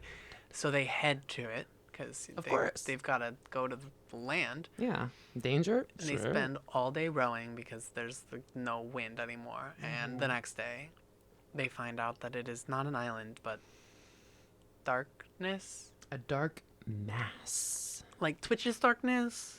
Wrinkle in Time darkness? What are we talking about here? I'm thinking like spooky, smoky, foggy, but it doesn't like look magical, cartoony. It's just darkness, like ominous, spooky ass clouds. It's got a capital D, darkness. Yeah, it's described as like darkness in a tunnel. You can see in a ways, like he describes it with a train, so you can see the train tracks and the tunnel. As the distance goes on, it gets fuzzier and darker until there's only black and there's no transition. So it's not like a hard shape of blackness. So it's not Twitch's darkness. And it's not really Wrinkle in Time darkness either. It's its own type of darkness with a capital D. I mean... Either way, no fucking thank you. Why are they sailing toward this? Do we go into this? Said Caspian at length. Not by my advice, said Junian. The captain's right, said several sailors. I almost think he is, said Edmund. And why not? Will someone explain to me why not? Reaper Cheap's like, what the fuck are we here to do if not go like wild, like, go as fiercely as we can into that dark night. Like, are you not noble and royal person? Yeah. Like, are you not here to be courageous? Yeah. Like, are we not all here to fuck around and find out? He's like, I'm not going back and telling everybody that we turned around because y'all are scared of the dark. Yeah, like, come on. And, like, it's that thing where at first I was like, why the fuck would you go in there? And also I'm like... This is literally why you came out. You came to go do this shit, so... I guess you're... At least you died together. Yeah. But, I mean, Lucy doesn't really want to go, but also, like, how are you going to argue when Reaper Cheap is making a very valid point? Yeah, Caspian tries to get that out so hard. He's like, oh, unless Lucy doesn't want to go. Right. And Lucy doesn't want to go, but she's like, I'm game. Yeah, dead at. Like, specifically says, I'm game. And it's like, okay, well... They got to get their lanterns and get all armored up with their swords drawn, and Lucy and with her like archers and like up at the top. They're all wearing like their glittering mail. Caspian shablams in Aslan's name as the Dawn Treader creeps forward into the darkness. For Aslan! They go into the darkness. Mm-hmm. And Lucy's up at the tippity top. Lucy's up at the top, so she has a pretty good view of all the light just disappearing, and then it's like you're just in the dark and no one knows where they're going. It's like you're just going and it doesn't really look like you're moving because it's so dark. All you can really see is what the lanterns are showing, which is the ship. And so all you can see is the ship. like, because it was all summertime and warm. Yeah, summer so, like, warm, but they now didn't... it's dark and cold. And drippy. And you just put on this chainmail and shit, which is cold, and it hadn't had time to warm up, and so now you're just wearing cold metal. It might have gotten wet from the sea breeze. Always preheat your chain metal. Always preheat it. Always preheat your chainmail. Yeah, it should be down in the heater room. Gosh, amateurs. Chainmail toasters. And chainmail toasties? Chainmail toasties, toasty chainmail. They suddenly hear a cry, either of some inhuman voice or else a voice of one in such extremity of terror that he had almost lost his humanity. Like, that bodes well.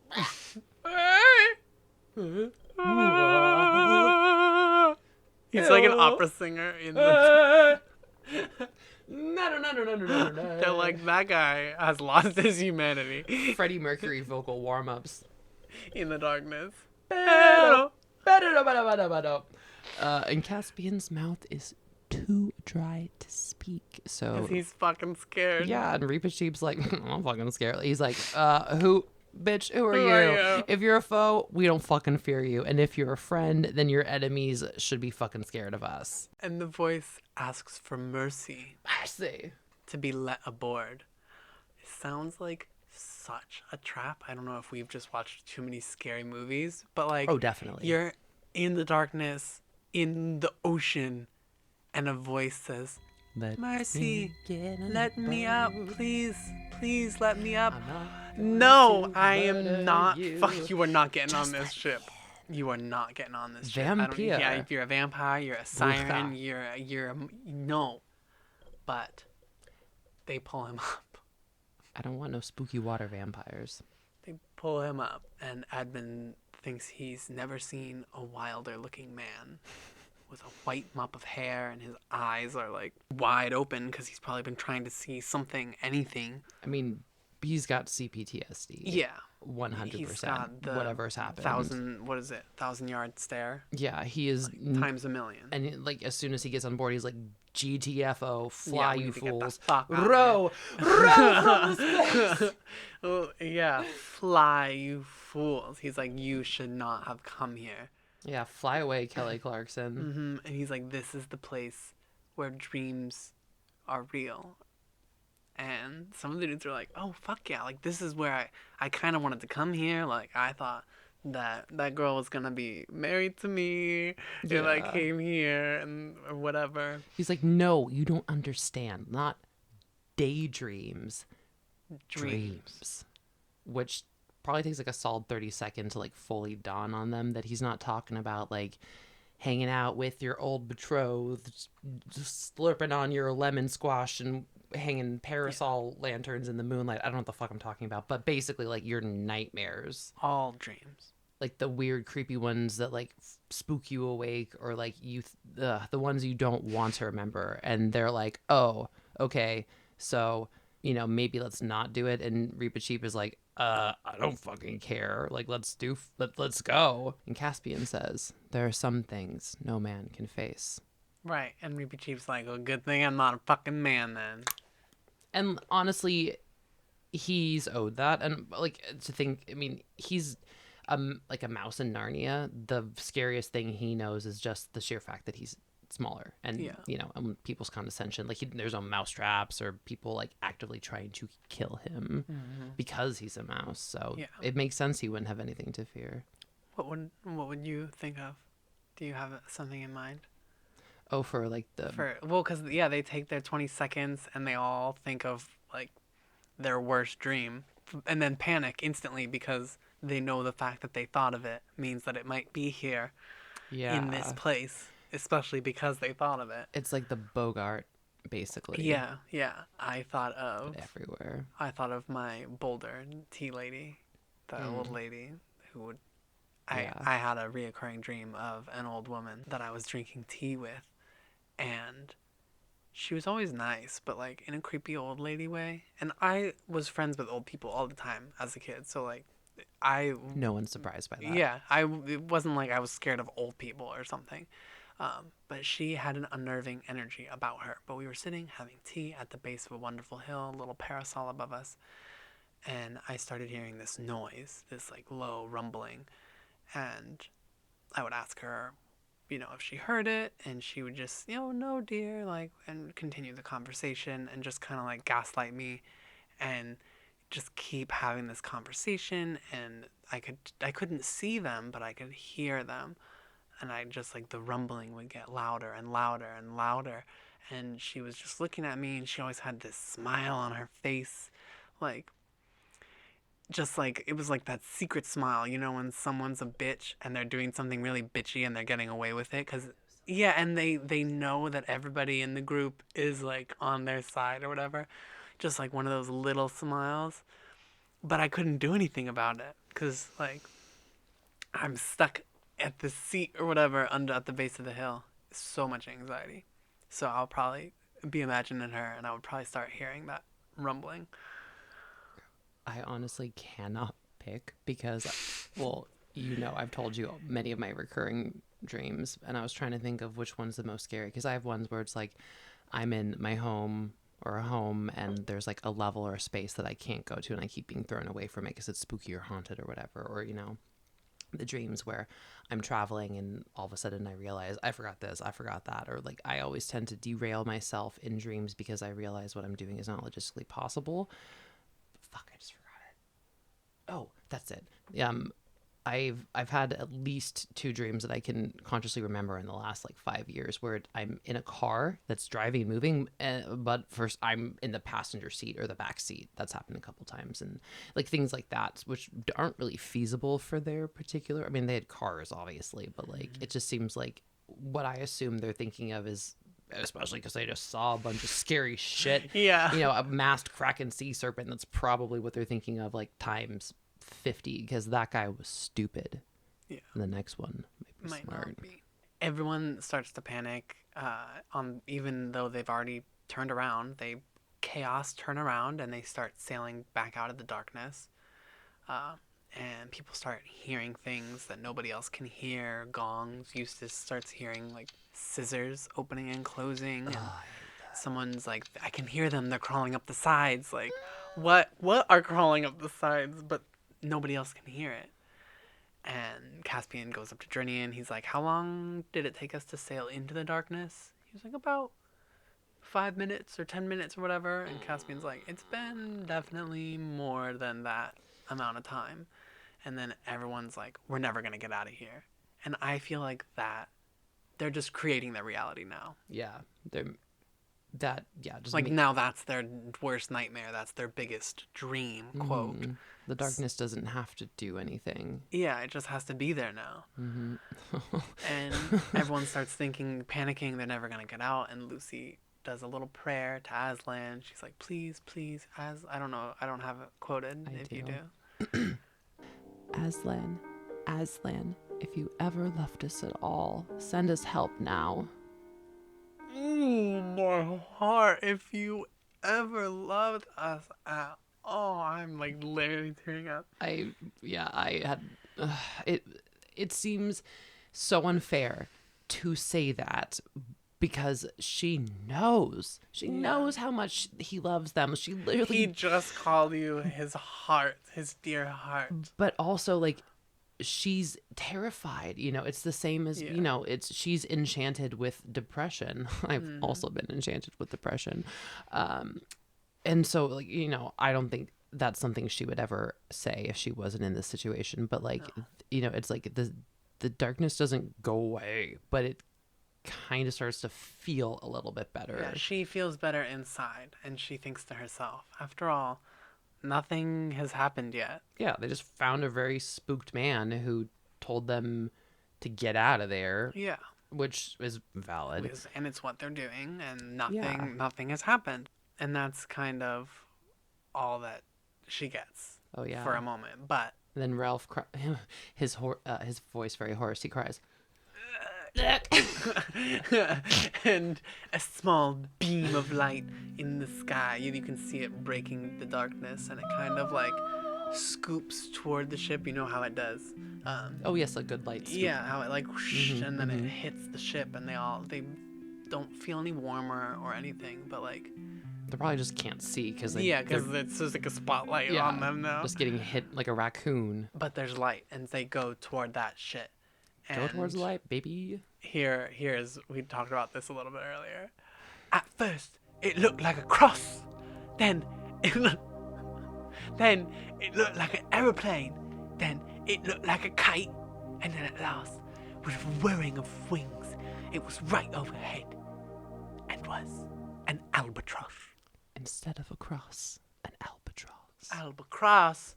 Don't fucking albatross me. You albatross me one more time. The albatross circled 3 times around the mast, perched for an instant on the crest of the gilded dragon on the prow, called out in a sweet, strong voice what seemed to be words no one understood, and spread its wings, rose, and began to fly slowly ahead, bearing a little to the starboard. A fun fact about albatrosses that they spend the first 5 to 6 years of their life at sea without ever touching the land. Whoa. And as an adult, they spend years at sea traveling thousands of miles. Dang, that's so cool. I didn't know that. I didn't have that albatross fun fact. I went for the the more, I was going to say numerical, but like, Yeah, I've got the albatross symbolism here, and they have long been a symbol of mystery and fortune in literature and culture. Ancient tales suggest that their presence brings luck to seafarers. yeah, I feel like every culture has a story of an albatross, and because they seem more magical because of how little time they spend on land, whereas we as humans are doomed to be stuck here. But like mostly what I took from all that, reading through all of it, knowing that you were going to hit all the main points, like literally I was like, the albatross reminds us not to give up and to just keep going a little bit further. And I'm not crying. There's just a bird in my eye. Oh, fuck. And yeah, so they, Drinian follows it because duh. Yeah, he knows. He knows it's a good sign. It doesn't matter that they didn't understand what the albatross said. Just follow it. But the albatross, when it spoke, Lucy understood what it whispered to her. And it whispered, "Courage, dear heart." Oh, it's Aslan. She knew it was him, and she could smell his delicious breath on her face when the bird flew by. Like delicious kitty bird breath. Kitty, yeah, and kitty my head, breath from a bird breath. Which I don't know if y'all have ever smelled kitty breath. Fishy breath. In my head, Fishy I'm like, breath. but maybe it's like sweet kitten breath. Kitty breath, or I don't know, just a baby. But I do have another albatross symbolism, yeah, go for which it. is ironically kind of the opposite. The word albatross to just used when describing something or an albatross around your neck is sometimes used metaphorically to mean a psychological burden, most often associated with guilt or shame that feels like a curse, which also was kind of just what they were feeling in the darkness right before the albatross, which is interesting that it has that dual meaning. But I think it's a sin, or I mean, it's a curse. Like you're cursed. Like it's terrible to kill an albatross. I mean, oh yeah, their wingspans are massive. These are some of, I don't know, they might be the biggest flightless bird or flightless. They might be the biggest bird pterodactyl that's still around. Yeah, like biggest flying bird. It was like what flight? If they're not flightless, they can fly. They can fly. They can fly. They can fly. They can fly. They can fly.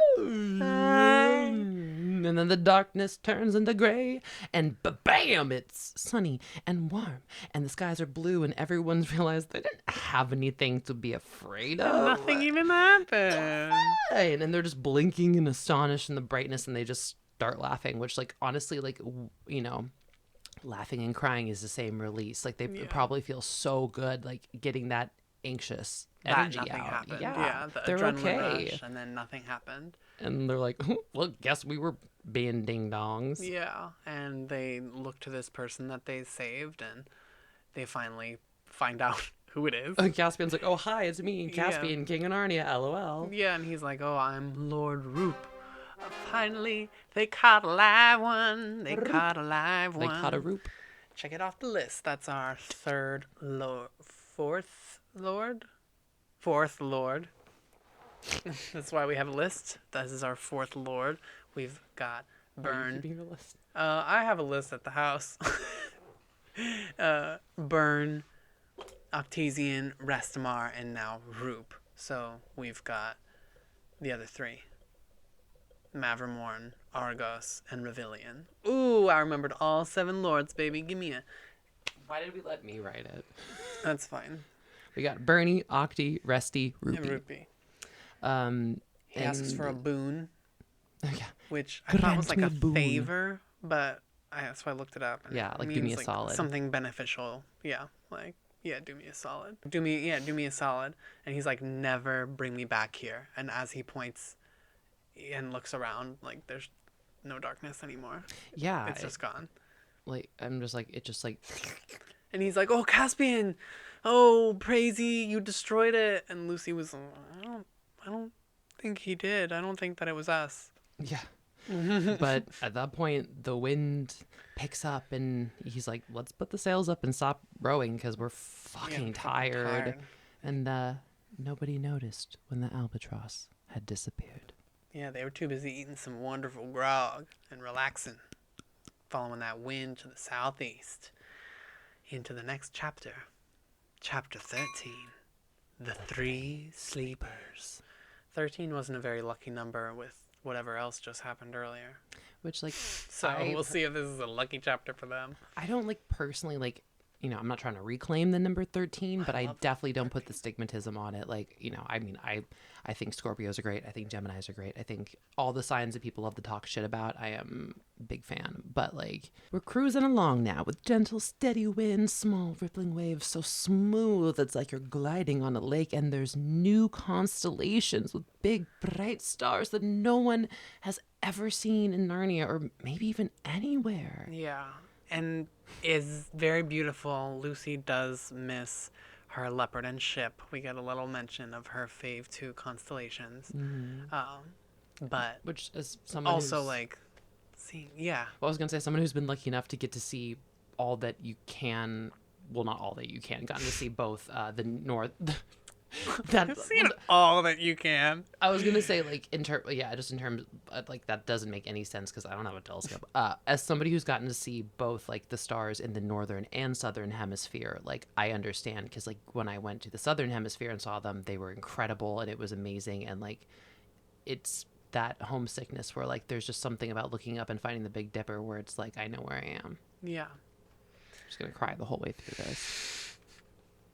But it's warm nights and they're sleeping out on the poop. Yeah, they're all sleeping out on the deck and stargazing together as, like, a team. And just, like, they're probably, they don't say it, but they're probably, like, making constellations and naming stars and, like... What do you think that one looks like? Yeah, I don't know. What do you think? I see a giraffe. I see a monkey. Oh, there are no monkeys in There's Narnia. no rules. There's no primate. There's no primates in Narnia. Not that we see, no. We'll come back to that. But it just, you know, after all this nonsense and chaos, it's nice for them to get some good time on the ship versus like getting a break off the ship. I think it's deserved. Positive memories aboard the Dawn Treader. On one sunset evening, they come across this low, sloping, hilly land, and Lucy smells this attractive, described as purple smell that Caspian also smelled, and Edmund and their captain Rince thought that it was rot with a capital they don't like R. it. They're like, it smells, which I think maybe like sickly sweet is kind of like it could hit the wrong notes for certain people with different experiences. Because I don't like the smell of lavender, which is bonkers because it relaxes everybody else. Yeah, my dad doesn't like the smell either. I'm glad I'm not allowed. And they describe it as a purple smell, which gives lavender.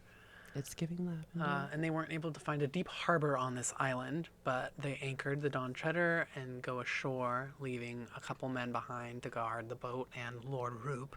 Because he's like, not. Yeah, he's like, I'm not going on any more fucking islands. I'm staying on this boat until we get back to Narnia, and I know where I am. And no one yet. And, like, it doesn't seem like it's a concern, like he's gonna commandeer the ship. No. But, commandeer the ship. But, also, I'm sure, like, honestly, it's probably nice to sit out some adventures and, like, have an excuse beyond, like, I'm scared and I don't want to. Yeah. Because they see some towering some things off in the distance. Also, I'm like, okay, couldn't they have just waited till the next Morning? day? Yes. Yeah, like it doesn't Yes, they seem. totally could have waited. They But- do it all the time. But waiting till morning doesn't drive the plot. Doesn't take us where we need to go. They just got their second live lord. I think they're like running on the high of that still, and like the good times that they've had. They're like, let's just do it. Like when it takes all day to drive to the the beach or whatever, and it's like you still run out and touch the sand and jump in the water. Like I guess that makes sense, but it's a weird place because like unlike the last island, not the darkness, but where the Duffer Puds were, there's like just nothing there. There's not really anywhere to go. It's an island, but it's no man's island. Drinian, there's not really anything there, but then Drinian sees something which is kind of huge trees, which Caspian calls great trees, and Caspian calls them great trees, and Eustace calls them towers, but Ed thinks it might be giants. Can we afford the Malcolm in the Middle theme song? Yes, no, maybe. I don't know. Also, having a cover band of They Might Be Giants called It Might Be Giants. just putting it out there. I'm so down. But yeah, basically, Reepicheep is just like, let's fucking go. Yeah, let's find out what it is. And it's like, okay, let the kid go, which they get to and they think it's a ruin. And And her guess wasn't too far off, because what they saw now was a wide, oblong space, flagged with smooth stones and surrounded by grey pillars, but unroofed. And from end to end of it ran a long table laid with a rich crimson cloth that came down nearly to the pavement. At either side of it were many chairs of stone richly carved and with silken cushions upon the seats. But on the table itself there was set out such a banquet as had never been seen, not even when Peter the High King kept his court at Cair Paravel. There were turkeys and geese and peacocks. There were boars' heads and sides of venison. There were pies shaped like ships under full sail, or like dragons and elephants. There were ice puddings and bright lobsters and gleaming salmon. There were nuts and grapes, pineapples and peaches, pomegranates and melons and tomatoes. There were flagons of gold and silver and curiously wrought glass, and the smell of fruit and the wine blew towards them like a promise of all happiness. Man, that was a long quote, but there's a lot of shit on this table. so they all walk up to this impressive table, and they're kind of like wondering where the people are to eat this food. And then Rince is like, maybe we can provide the guests. Sure, Jan. Definitely not a trap. Yeah, definitely not a fucking Fey trap. No way. And any, No. like, have you learned nothing on this journey? But Ed's like, no, their chairs aren't empty. And like, they're like, is that a huge beaver or a bird's nest? Or like, and of course, Reepicheep, who's just anxious to do anything, runs onto the table. And like, he's just like, I don't know, like serpentining through like the fancy like cups and the pyramids of fruit and the ivory salt cellars. And he goes right up to the mysterious gray masses and just like, kind of like, little kid is like, Pokes it. yeah, I'm like going, I don't think they're dead. I don't think they're gonna fight. Yeah, we don't need to fight these things. I don't think they're gonna do anything. And on closer inspection, it's 3 men, all seemingly alive, and their hair has just kept growing and growing, so their beards grew onto the table and grew together, and their hair is just like down their back and all just like Sounds like a mess. everywhere. I'm sure their fucking fingernails are long as shit. Like they're like a rat king of old bearded Rat men. King. Dumbledore of Rat old King. White men. That's a good song title. Dumbledore Rat King. Lucy's like, oh, it must be an enchanted sleep, because she says she felt the magic on the island as soon as they landed. And this girl didn't bother to tell anybody that she was like, hey, this place feels really magical. Like, she's just assuming that everybody else feels what she feels. I mean, I would assume everything's magical at this point. I think it's just From like, this, yeah. just assume it's magical until proven otherwise. You Magical. know? Innocent until proven guilty. Magical until proven otherwise. I mean, magic is just science we don't understand. But yeah, so they're like, okay, they got pulses, they're warm, they're just like super asleep, enchanted asleep. And yeah, Caspian's like shaking them like, yo, my dudes, my good bros, wake up, wake up. And like, yeah, one of them was kind of like, Don't go eastward no more. Outdoors for Narnia. and they're like, excuse me, and he immediately goes back to sleep. And so they try it again, but it does not work. Like, they were lucky they got whatever out of him. That was a full sentence. That was quite a bit. Oh yeah, and then the second guy, they're like, okay, we'll give him a shake, and he says, weren't born to live like animals. Get to the east while you've a chance. Lands behind the sun. But the third one said my favorite, which was just, mustard, please. Mustard, please. Mustard. That's different. And these, they see on their hands the rings, and Caspian confirms that these are our last 3 lords. Ding, ding, ding. Revilian, Argus, and Mavramorn. Personally, with Mavramorn's name origin that I had discovered when I was doing the research, I thought that he was going to be the one they found in the darkness. You know, like morning, dark, star, like... Yeah. I felt like it would be really poignant for him to be found there versus Roop, whose name just means rope, Yeah, sorry, the sneeze. which they pulled him up by rope, so... That's what I thought. I was like, that's literally it. Like, I don't know. And I'm wondering if it may... Part of me was like, did he just write it? And he was like, I don't want to retype that page. Yeah, and he's like, oh, I'll just make it Roop, I guess. The same way as the spelling changes in some things. I'm like, that can't... I mean, maybe it's a publishing error. I don't really want to invoke the ghost of C.S. Lewis, but I got Sage come for me, buddy. Yeah, Rince wants to eat the food so bad, I but mean- everyone else is like, I wouldn't dare. Like, thank God it's just one he is, because eating, I don't know if y'all know about Fey food, but eating food or drink in the Fey realm will bind the person to that world and force them to stay there. Alternatively, some people who eat Fey food in certain myths it'll make a humanoid no longer hunger for human food, which essentially does the same thing because you can't go anywhere else because all you want to eat is this. Nothing else tastes good. Turkish. It's like vampires. Like, they only want blood. Everything else tastes gross, makes them puke. Just like her, only eat the kitty crunch. Only Kitty Crunch. But, like, how are... They're like, okay, well, how are we gonna wake them up? You know, Caspian is like, absolutely not. We're not gonna eat this food. Because, you know, why risk it? We've come this far. Like, This very well could be the thing that put them to sleep. exactly. And, you know, Reba Cheap is also agrees, and they decide to go back to the Dawn Treader for the night because, you know, why would they just stay here? But Reba Cheap is like, no, I'm gonna stay here, and I want to know, like, Yeah. I just want to be here. So he's gonna stay until sunrise. He's like, you know, he's not afraid, and he doesn't want to go back to Narnia, knowing that he let fear kept him from figuring out a mystery. Yeah, he agrees, and he thinks that everybody else should go back to the ship. But he's like, but I'm staying, because I need to figure out what the fuck this is. Yeah, I'll watch And- the water. Yeah, with that, because Reapy Cheap is ever the influencer, our main crew stays. So, Reapy Cheap, Caspian, Lucy, and Ed. Eustace even volunteers to stay. So brave, so proud of him. I'm really proud of him. 10 out Yeah. of 10. And it says that, like, the author steps aside to give him his dues. Because this is much scarier for Eustace. He doesn't understand enchanted sleeps and different things like that. For him, you know, a coma maybe, but you don't wake up from that. But he doesn't know.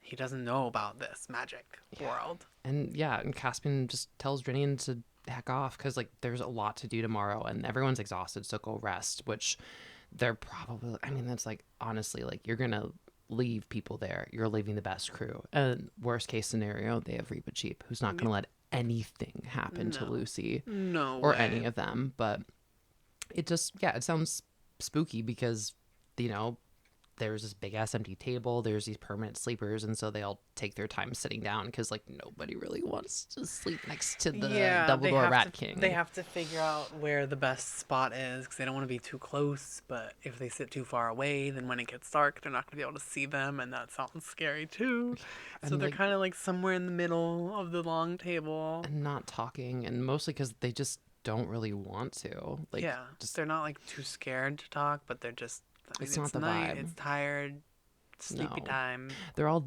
dozing, listening to the waves breaking on the beach for hours. Like, obviously, like, you're not talking. It would put you in like a calm sort of like meditated dozing state. But all of a sudden, they're like wide awake and they look at the stars, which were kind of in different positions than they seemed to be before. They've been asleep for a while. Yeah. So, like, and the sky was super black except for the faintest possible grayness in the east. And, like, they're cold and they're thirsty and they're stiff because they're sleeping, dozing on a what woke stone them chair. Well, I guess, yeah. Well, none of them spoke because now at last something is happening. Like, I wonder if, like, if there was a noise, you know what I mean? Like, something, or if it was just, like, because it was so still, the energy shift of this something happening was what woke them up. Well, it's beyond the pillars. A door opened in the slope of the low hillside. So that's what I was thinking. Like, this, I mean, there's A creek, maybe? Yeah, and like then there's, and because it's so dark that when the door opens, a light appears in the doorway. So like, and then there's a figure behind it. So like Right. any light at all. Like, I mean, I'm sure any noise, any light. Yeah, when you come out of the bathroom in the hallway when you're a kid and the bathroom light's on so that you can see your Yeah. bedroom door and it's like really bright. And you're like, oh, but I have to be able to see because it's dark. What are those spookies? Yeah, but I mean, they're just all they see was light and the And a light. figure. Yeah, just getting closer and closer until it was opposite them on the other side of the table, and all they can see is a tall girl dressed in a single long garment of clear blue which left her arms bare. She was bareheaded and her yellow hair hung down her back, and when they looked at her they thought they had never before known what beauty meant. I didn't know what bareheaded meant. I just think it means like she didn't have a crown on or a hat or anything. I was thinking like old-timey, like sleepy hat, like, and I had my cap, Christmas story energy. And she's got a candle in a silver candlestick with her that she walks up and she places it on the table.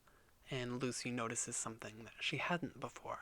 A knife of stone, sharp as steel, a cruel-looking ancient thing.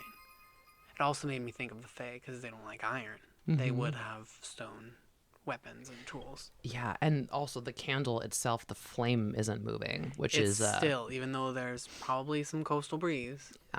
and no one says anything, but of course the first Reapy cheap. yeah, the first is Reba Cheap, and he gets onto his sweet little feet. Because she's a lady. Yeah. He can feel it in the air. Oh yeah, and just, she asks them, "Travelers, why have you come from far to Aslan's table when you do not eat or drink?" They're like, oh, we thought maybe that's how they fell asleep. And she's like, "No, not. They never ate it." And Lucy's like, "Okay, so what happened?" And then now we get into our story portion for the chapter. They landed here, and the three lords got into a quarrel at the table about where to go from this point, to stay, to go home, or to travel on. They all had different opinions, and one lord, it doesn't really say which one, picks up the knife of stone, and they all fell asleep. Eustace asks about the knife, and Lucy says she remembers one similar, the one that the White Witch used to kill Aslan long ago. And we find out that it is the same knife, and that's why he had no right touching it. And they fell asleep, because they were both arguing at Aslan's table, and he picked up that knife in anger.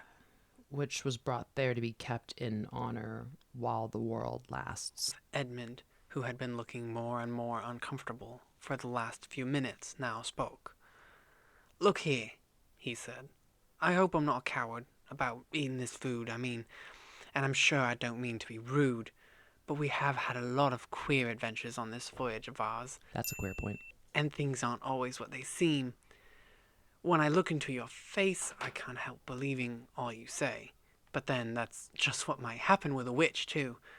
How are we to know you're a friend?" And of course he speaks up, like he knows better than anybody here what it's like to be... Bamboozled by a giant, beautiful woman. Yes.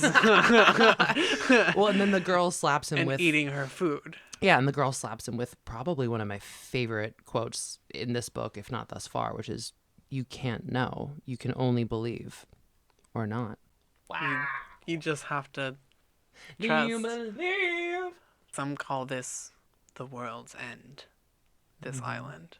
And Sheepy's like, fucking fill my cup. I'll drink to the lady. Yeah, I'll and, do it. You know, and then obviously Caspian takes Cheers to the lady. Or he, actually my favorite, he pours, so yeah, Sheepy picks up this golden cup and Caspian pours it and he's holding in his tiny little paws. And it says, lady, I pledge you. And they ate and they drank and there was much rejoicing. Yay. And Lucy's like, why is it called Aslan's table? And the girl doesn't answer why, but she says it was sent here by his bidding, Aslan, for those who come so far. Right. As like a last pit stop for people that have made this journey to Aslan's country or are courageous enough to venture that far eastward past all of these wild, crazy things. The beginning of the end. So yeah, it's like a checkpoint. Like your save point. Like here, you're gonna eat. It's gonna be wonderful. It's chill. And there's literally nothing here. And Eustace is like, where do you keep the food? And they're like, dude, it's fucking magic. Like, I'm sorry, but stop being a fucking dufflepud. And Caspian's like, well, how do we break this enchantment on these three? You know, he brings up Sleeping Beauty. He goes, Yeah. In other places, I've heard tell of a story of a person who shows up and he's able to wake all of the sleeping people in the castle by kissing the princess. Is he gonna go around kissing old sleepy men? No, the princess. She's the princess. And she goes, but here, said the girl, it is different. Here he cannot kiss the princess till he has dissolved the enchantment. Oh, shit. Ooh, And so Caspian is like, yeah. She's like, you can kiss me when you break the enchantment. righty then. So in the name of Aslan, we're gonna stop goofing and start explaining. We need to know how to do this. And she's just like, oh, my dad will teach you. Yeah, but my dad. where is Papa? And she points at the door, and the door opens again as the sun barely starts to rise. And we roll into the next chapter, chapter 14. The beginning of the end of the world, of the planet, of the apes. Don't write down the chapter wrong again. God damn it. The door opens and a tall, straight figure, like the girls, comes out, but he's not carrying a light. there's no light. But And he's described as having a light coming from, he himself is glowing. not like a Care Bear stare, like that kid from Sky High. Yeah. Zack Attack. Whatever his name is. I just watched. I wasn't paying attention, but he's got this robe that looks like it's made from silver sheep, which is kind of adorable. But he's not. He's like a mild, like a farmer kind of vibes, like with a sheepskin robe, but he's got an energy, and they all immediately are like, we're standing up. It's like basically the king's here. Yeah. He's not, but like the energy is like, if we stood up for this lady, this is her father. Yeah, why did they sit down, honestly? He doesn't speak to her or them. He just stands on the other side of the table with his daughter, and they hold up their arms in front of them and turn east and start singing. They raise their hands east toward the sun, and they sing probably some sort of prayer to Aslan, or maybe the Emperor beyond the sea, his father. We've heard tell of once or twice. What is CSL? Yeah, he's one of those I wish I could write it down, but of course it's nobody remembers. And Lucy said it was a cold kind of song, and then she calls it an early morning kind of song. So I was like, is it an early morning singing song, like a giddy glub glooby nibby nabby noolly la la la la la? Yes. Sibba zabba zabba zooby nubba nabba la la la la. Because as they sing, the sun starts to rise. Yeah, and the clouds go away. And the sun is definitely bigger here.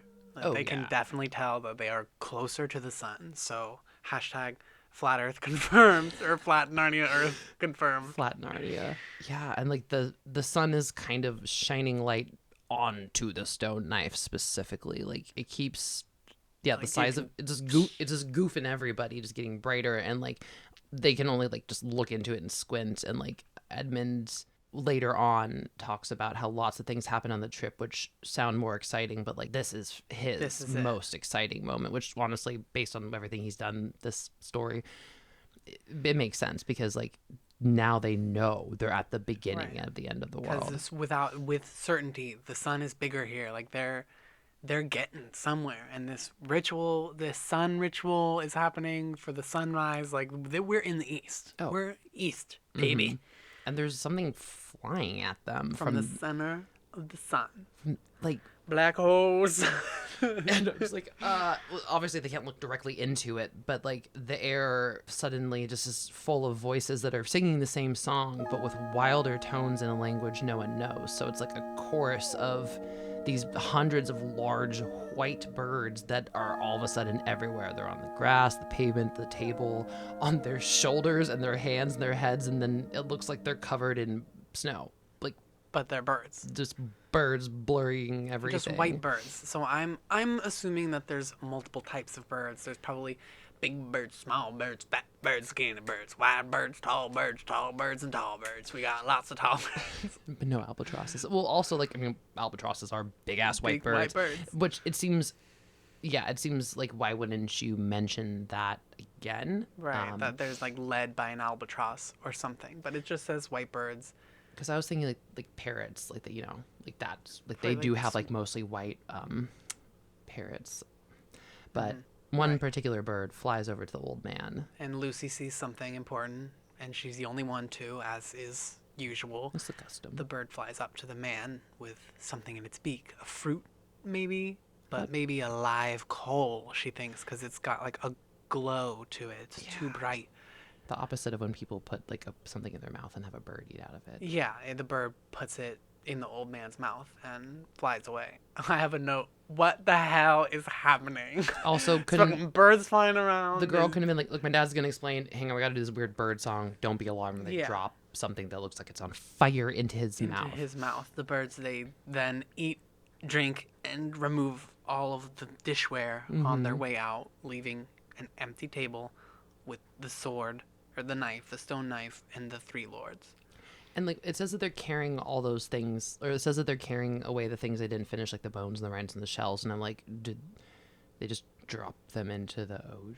They take them back into the sun, and it burns up to a crisp. I mean, yeah, I guess this happens every fucking day. Every single day, Jesus Christ. And, like, so crazy. The birds, like, they haven't been singing, obviously, and, like, their wings are, like, setting the whole islands, like, kind of in, like, a trembly sort of energy. Because they're probably, in my head, they're all flapping simultaneously. I think maybe on the way there was some, like, some flutter of wings. Yeah. I think on the way out.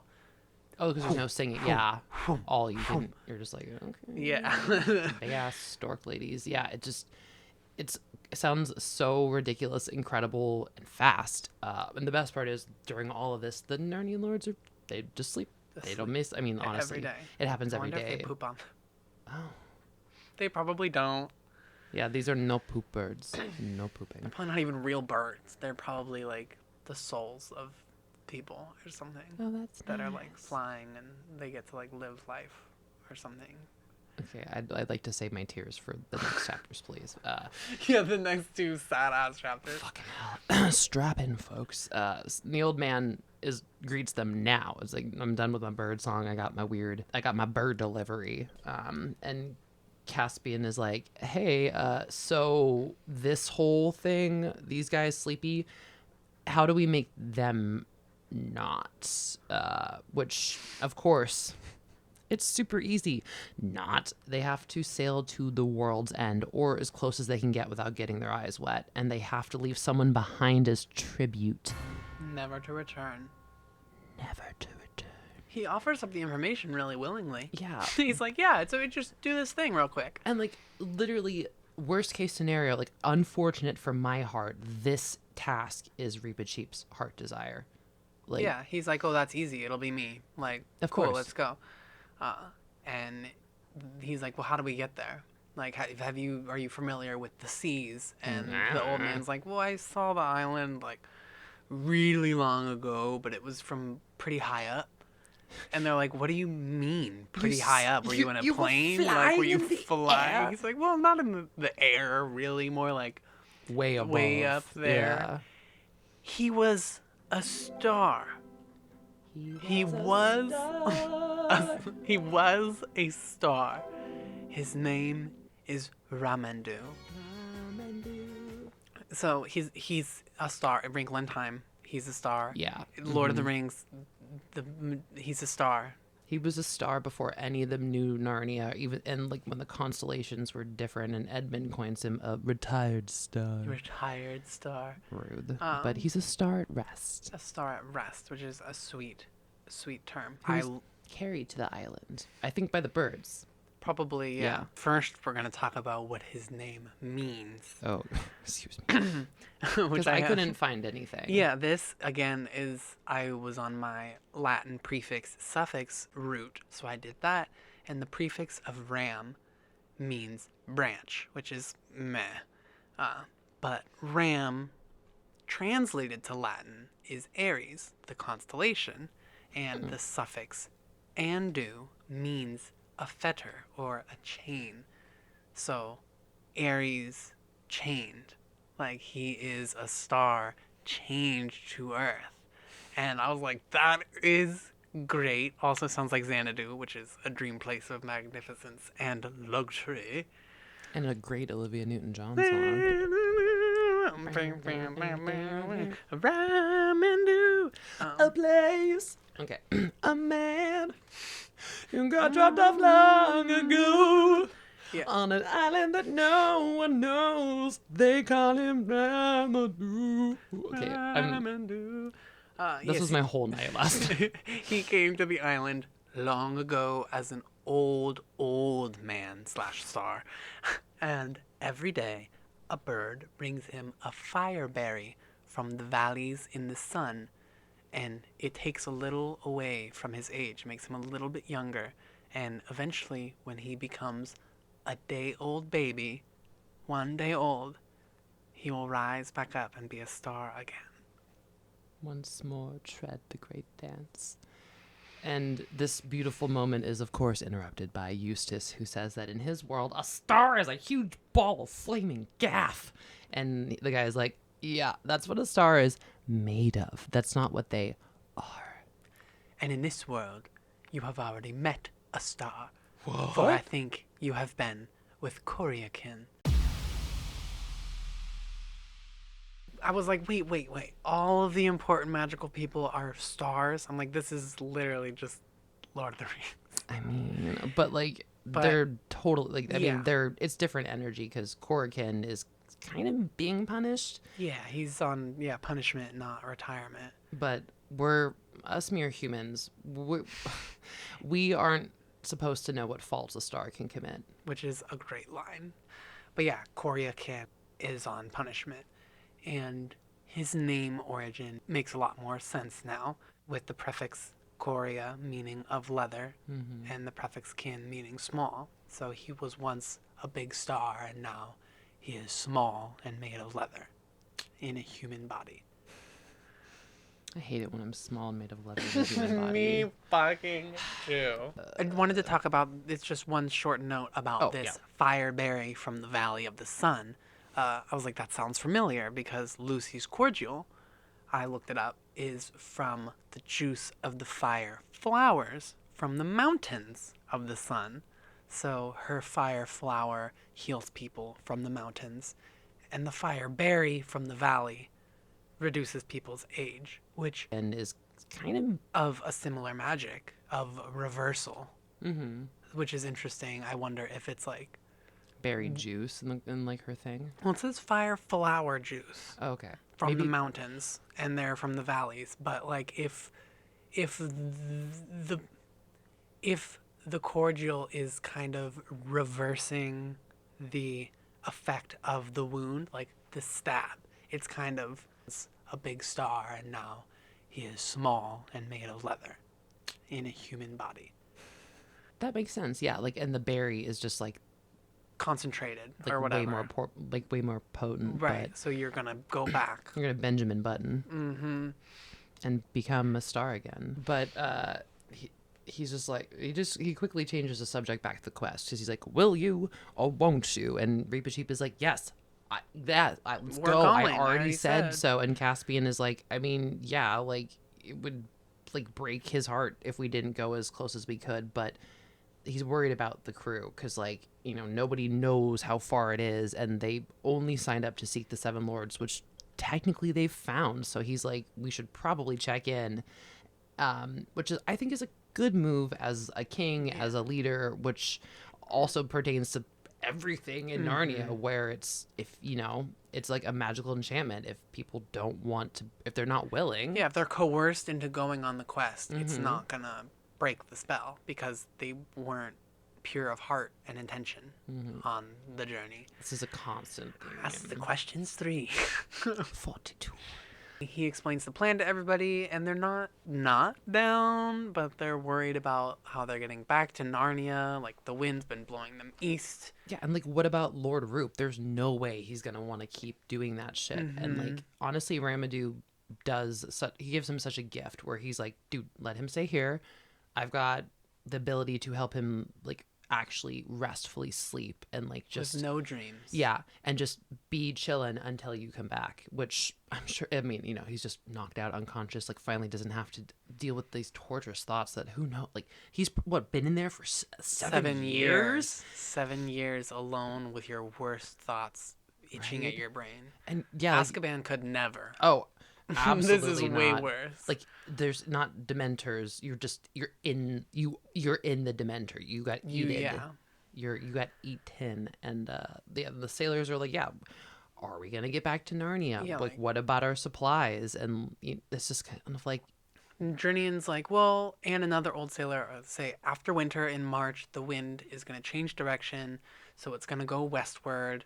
So, like, we might even have too much wind. Like, it's going to be pushing us way back. So we could just stay here and feast on the table all winter. well, no, he's like, we'll just stay here till March. And Eustace is like, what are we gonna eat? No. And Ramadou's like, I don't know how to make this fucking clearer, dude. Every day. The table fills, and the birds come at the end of the day, or the beginning of the next day, and eat it. Yeah.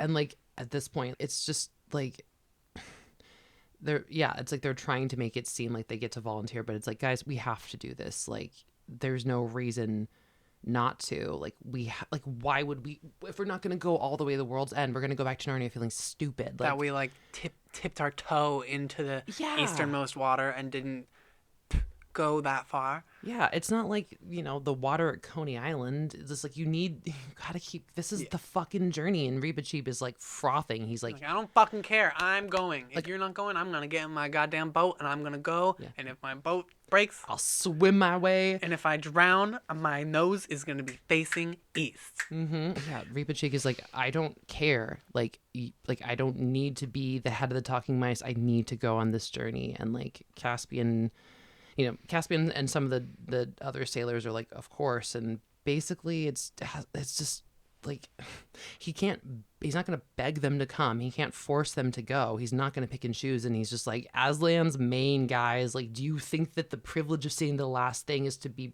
bought for a song? Well, he says he has one more. His is a trick. He says he has one more, you know, not trick up his sleeve, but basically he's like, I have one more plan. And he reverse psychologies them. Secret plan. He's like, oh, like, this is an honor. This last stretch is the highest honor. We're not just gonna have everybody come. Like, we're gonna pick and choose the best of the best. Drinian and Rince, the captain and his first mate, are gonna let you know who's coming on this journey. Yeah, I'm not fucking doing it. Which is so smart, because now they're all like, wait, I want to fucking go. Like, all you weenies can stay here and prove that you're level 7 weenies. yeah, he's like, if you come, you're gonna get the best shit. Like, where, you know, this is the top tier. All this before was easy baby food. Which, like, from a totally random perspective, just was thinking, like, I mean, if any of them had been upset in the way that Lord Roop was, I'm 99.9% sure they'd be like, my guy, like, stay here. But like, it's, yeah, like literally all this pushback is they're just like, we're tired. Yeah, they're just like not sure, and Yeah. it's easy here. And yeah, I think that's what it is. It's like up until now, everything has been just so tumultuous that it's like, why would we potentially go to something that could fuck our shit up? But it takes, 30 minutes, and by the end there's 3 left and then just one, and the one person who was the last to try to sneak in at the last moment, he stayed behind, and his name was Pitten Cream. Pitten Cream, yes. Pitten Cream, which why not? Yeah. Did you look Sounds that like one a up? cowardly name. No, I didn't look that one up. It sounds like a shitty name for deodorant. Yeah. But he Shaving cream. Oh, hey. Pitten Cream. And C.S. Lewis lets us know that he doesn't enjoy his time there because it's creepy. And he's not like a big talker, so he's not starting conversations with these star people, and they don't want to they're talk star to them. people, so they're not gonna start a conversation. Watched any good movies lately? Yeah. And on their way home, because he just goes ahead and tells us that they do end up going home, he deserts them to go to Collarman, and he grows old, and he ends up telling stories of his wonderful times at the ends of the world until he came to believe these stories himself. Yeah. He thought he did it. He had no regrets. Which, he was happy, but he could never, ever again bear mice. Lol. So his subconscious is ashamed. Yeah. And every time he sees a mouse, he thinks of Reepicheep, who is so brave and so pure. And how he's taking credit for something he never did. Yeah, he never did. But, The next day, they eat, they drink, great table, the pillars, and, birds, Fireberry. And one quick little last moment with Ramadu's daughter, who does not get a name. She does not get a name. We will come up with a name for her. And it's not misogyny, it's mystery. It's definitely misogyny. What's Little Mystery without misogyny? But Caspian said to her, "Lady, I hope to speak with you again when I've broken the enchantments." And she looked at him and smiled. Ah! Okay, go off, Caspian, hitting on the Star Girls. Oh my God. Making out with the giant ladies. Maybe she'll get a name when she is queen. Probably not. And that's that on that. And we sail into the next chapter, the penultimate chapter, chapter 15, The Wonders of the Last Sea. And after this Star Island, because they don't name the island either, well, it's just called Ramadu's Island, but Ramadu. he can't be like the only star that's ever been there, you know what I mean? This seems like a star rehabilitation island. But like, also then why is she there? For emotional support? Is she there to feed him but the bird feeds him the berries, so like, No stars why on the island. is she there? Where's She doesn't have her own island. Yeah, is his wife still being a star? It that brings up a lot of tumultuousness in their relationship. But anyway. So it takes no, they're back on their sailing. It takes no time, and like they're not tired, they're not hungry, they're just. It's very magical here. Yeah, they're just fucking stoked, and the water is clear and beautiful, and Lucy is just looking at it because it's absolutely breathtaking, and she sees this weird black object on the bottom, and she's like, what is this thing following us? And then realizes like the cook had thrown some bread from the galley and it didn't collide with the black thing, and then it gets bigger and then flicking back to normal size, and Lucy's like, it's the shadow of the Dawn Treader on the bottom of the ocean. I fucking hate that. Fathoms and fathoms down. Ugh, I'm literally itchy. Oh my God. I'm Like, literally itchy. I'm hearing that audio that I hate. No. Just like deep, except it's clear. Oh my God. And now that she knows she's looking at the bottom, it becomes clearer. She can see things that she thought were just colors. It's like a submarine forest. Yeah, which I totally forgot when we were talking about the albatross. The albatross is mentioned in my favorite Pink Floyd song, which also mentions everything being green and submarine. And I think that in my head, I am always going to associate Echoes with the Dawn Treader.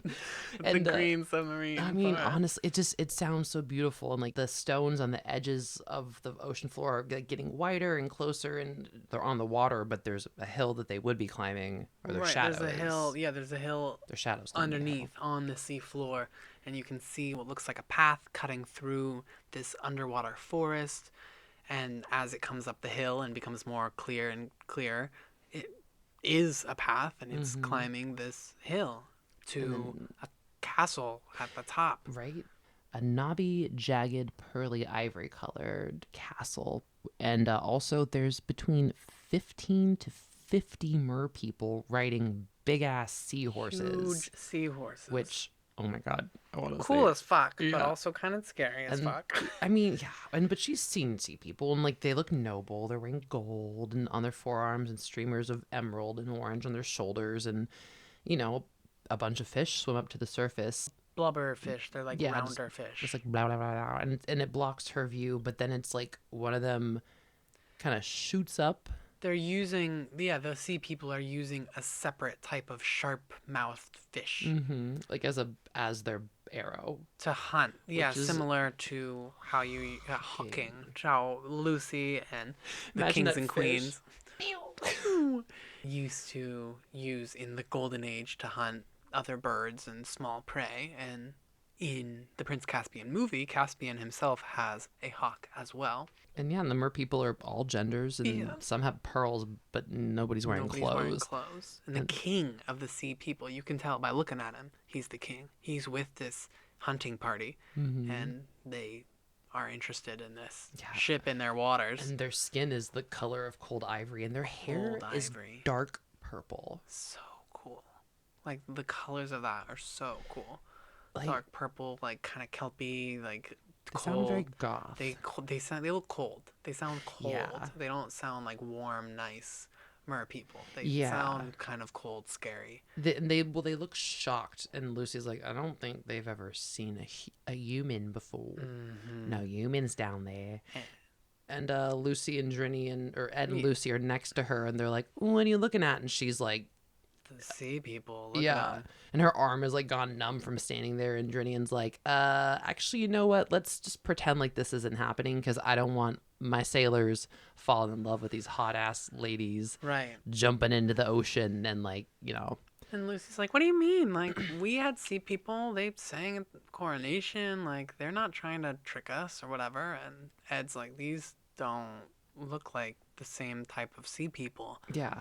They haven't come up yet. Yeah, these ones don't seem to be able to break the surface, and it kind of looks like they would attack us if they could, which they could attack the part of the ship that's in the water. So that's true. Which of course is followed by a plop. Yeah, man overboard. Actually, mouse overboard. Yeah, Reepicheep jumps into the water, and Drinian is pissed. He's like an angry mom. Put him in irons, cut off his whiskers, and it's like, okay, but he's just scared. Yeah, because he loves Reepicheep. He's literally like angry mom. Yeah, exactly. Like, oh, you were gonna do that? I'll show you. He's protective of him, but basically, Reepicheep comes out a few minutes later. He's like. They turn around and they get back up to him, and he's like so excited. And they can't really hear what he's saying because his mouth is full of water. But Drinian pulls him out and tells him to be like, don't tell them about the sea people. And like Reepicheep's like, no, like sweet.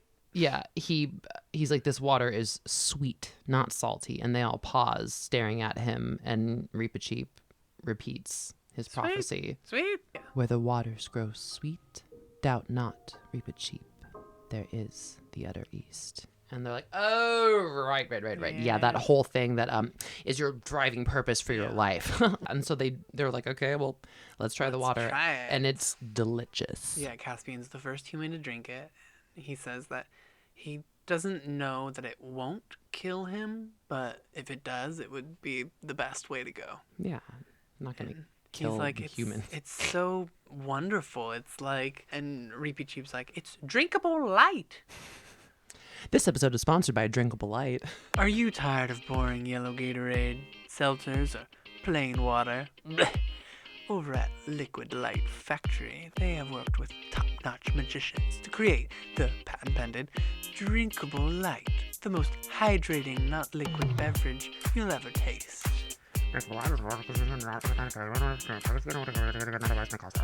Apparently, it also makes them not hungry. Yeah, which honestly, like, is probably best. You don't want any more of that seafood. And there's, of course, once again, no wind, but there's like a current. It's Yeah, pushing which them forward at a good pace. it's just proving the flat Narnia theory. Like, Yeah. you know, they think they're just going to be poured over the end of the world, and Reepicheep is like, "Fuck yeah, let's go!" He's got ever since they got to the suite, he's been really manic. Let's fucking go. Also, this water, this not water drinkable light, allows them to deal with how bright the sun is getting as they approach it. It eagle says that eyes. if they hadn't drank this, like, they would be blind by staring at the sun. But they're looking, like, right at the fucking sun, and they're getting so close. Like, I know the line is "open up my eager eyes." I'm Mr. Brightside, but it actually would make sense to open up my because like that's how they just they describe them as eagle eyes because they can. Oh my god. Anyway, They stare right at the sun. And yeah, Reepicheep's fucking manic as shit. He's like, yes, that's always how I've imagined it. The world is like a great round table and the waters all of the ocean endlessly pouring over the edge. The ship will tip us, stand on her head for one moment. We shall see the edge and then down, the rush, the speed. Like, bro. like, What? Whoa. You're like ready. You're ready. oh yeah, Like, he's ready you're- to. Well, Eustace, and then Eustace is like, "No, that's dumb. The world is not flat, you dingus." And Edmund reminds him that their world is round, Maybe not this world. and that goofs. Prince Caspian, he's like, you're from a round world? You didn't tell me. Right? And like he's like, worlds are only round in fairy tales and things like people walk upside down. Yeah. Like, you know, and Why Edmund's didn't just you like, tell me before? no. And Edmund knows what we know, and that's that there's nothing particularly exciting about a round world when you're there. But we're not. But we're not. We're on Flat Narnia, and we're in chapter 16, the very end of the world. We're at the fucking cusp, baby. Flat Narnia. Ba-bee-ba-ba. So yeah, only Reepicheep, Drinian, and the two Pevensies noticed the merge. And we find out that Reepicheep had jumped into the water to fight the Sea King, not because he thought the water was maybe sweet. The He just Sea got King distracted. shook his little spear at Reepicheep, and he's like, "Oh yeah, you want to fucking fight? You want to fucking fight?" And he jumps in, and the water is sweet, and he's distracted, and he's like, "Whoa, okay, I don't give a shit about that." And Hungry? Grab some sweet water. they go on. There's less and less sea people. They don't really follow them. Lucy does see one more sea girl. They pass over what looks like a orchard or some grazing sheep fish thing, and she sees a Lovely little fish girl artist. about her age. The ship passes over and they make eye contact and share a cute moment. It says, neither could speak to the other, and in a moment the sea girl dropped astern. But Lucy will never forget her face. It did not look frightened or angry like those of the other sea people. Lucy had liked that girl and felt certain the girl had liked her. In that one moment, they had somehow become friends. There does not seem to be much chance of their meeting again in that world or any other, but if they ever do, they will rush together with their hands held out. Friends in other universes. She got a always makes a friend. best friend every time she comes to Narnia, and she Because just made it. She's the best. And then, you know, many more days without Days. wind, no foam, just gliding along as the sun gets brighter and brighter, and they don't need to sleep or eat. They just keep on drinking that sweet water.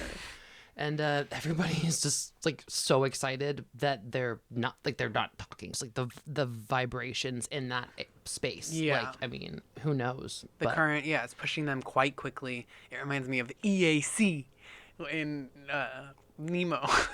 Because it's only in Nemo. It's not a real thing. No, of course not. And, you know, they're going along and then whispering. Caspian and Drinian are both seeing that the horizon stretches from north to south as far as either of them can see. Yeah, and it's got like a whiteness to it.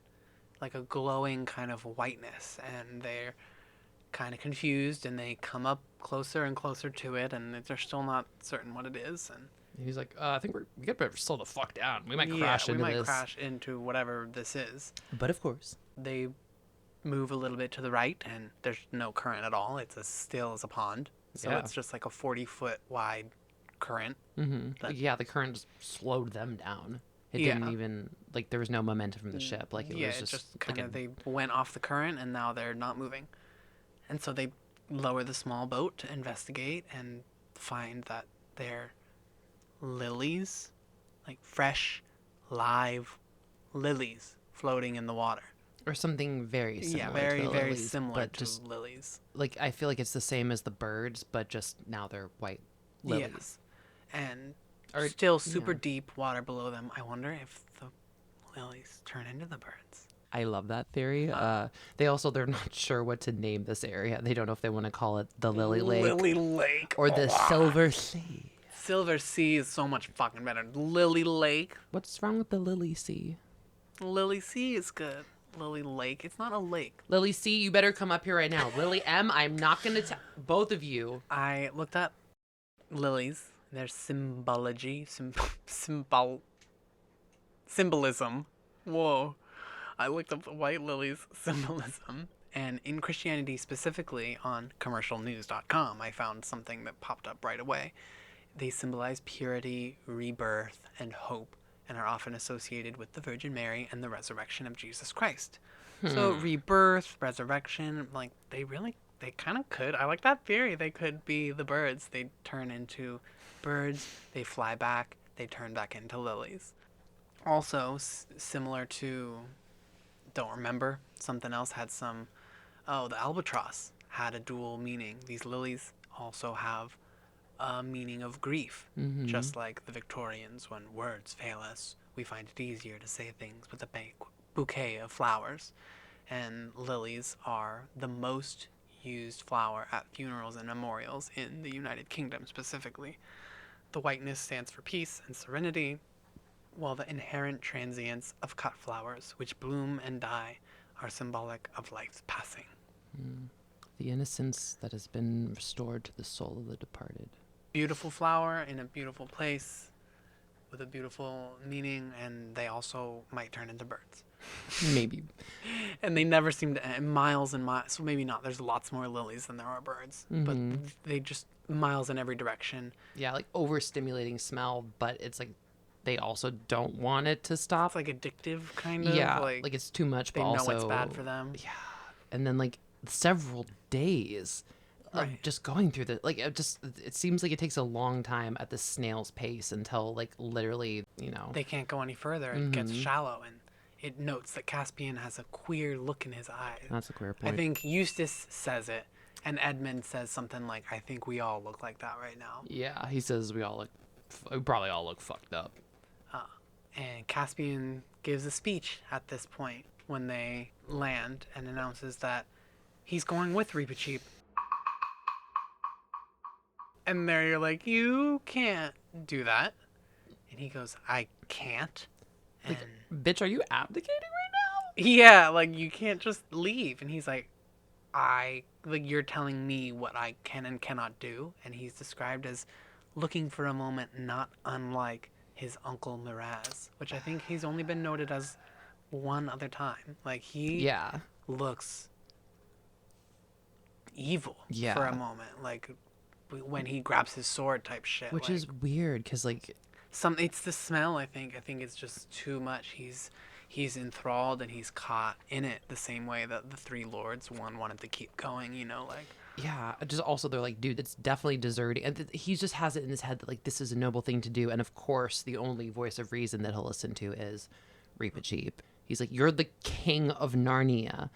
You have to go back. You can't break the faith of all these people, especially like think about everything that it took to get you here. Like this is like just don't. The whole point was for you to go back. Like you, victorious. I'm gonna fuck around and find out. You're going to go back to Narnia and make sure nothing happens to my home because I'm going to do this. And, which that puts him at like 85%, and it's like finally convinced by Lucy, who's like, course. You promised, or like you all but promised the lady of the island that you would return to her. And he's like, oh fuck yeah, I forgot like, that hot ass titties. lady. I'm definitely But he does say some mean shit to Reapy Cheap. Reapy Cheap, he says some mean. I didn't even put exactly what he said. Oh, yeah, I do. I have it here. Reapy Cheap goes, Your Majesty promised to be a good lord to the talking beasts of Narnia. Mm-hmm. Talking beasts, yes. I said nothing about beasts that never stop talking. And he flung down the ladder in a temper and went into the cabin, slamming the door. Ugh!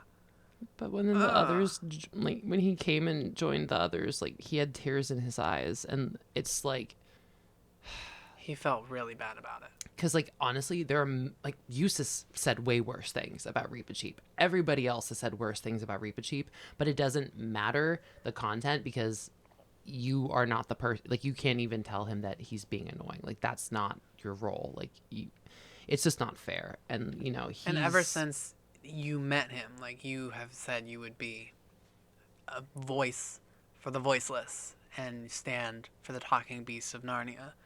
And now you're just gonna throw your fucking life away? Like, no, you're the king. right? And he's sorry. He's like, I should have just behaved decently for, like, all the good that I did. And but also this temper tantrum gets him a visit from Aslan. An unfortunate visit. Aslan kind of comes to life via the carved head in Caspian's room, and he did the stern Aslan gaslight, probably didn't really talk much thing. Yeah, let him talk himself in a hole. And he did tell him one thing, that Reapy Cheap, Edmund, Lucy, and Eustace are to go on, and that Caspian is to go back alone at once. Which he doesn't mean alone. He just means Right. without Go them. back to the ship and go back. Because I was like, you can't run that ship by you unless Yeah. Aslan's gonna doodly doop do the Scooby Doop doop back to Narnia. Like, that's not happening. But I thought that was what was going to happen when I started the book. I thought Aslan was just going to boop him back to Narnia. and like and Lucy's okay with it because, you know, She's sad, but she's like, you know, we'd have to go back sooner or later, but Caspian's sobbing. He's like, this is sooner. and you know, she's like, you'll feel better when you get back to Ramadoo. Ramadoo. And you know, he cheered up a bit, but like, it sucks because you know, he's saying goodbye to his besties For maybe forever. well, probably forever. You know, Reap a Cheap. I mean, definitely Reap a Cheap Definitely forever. Reap a Cheap forever. And like, there's no consistency to when they come back to Narnia. Who knows? But what are you gonna do? You know, Yeah. you And the author doesn't even really. He's like, I don't want to dwell on how sad the goodbyes were. No. But Caspian lets them go, and Lucy is sad, but there's just so much, like you said, the vibrations in the air. There's so much excitement. They're at the edge of the world. Like, the excitement is a little overpowering for her sadness. So she has her sad moment, and now, end of the world.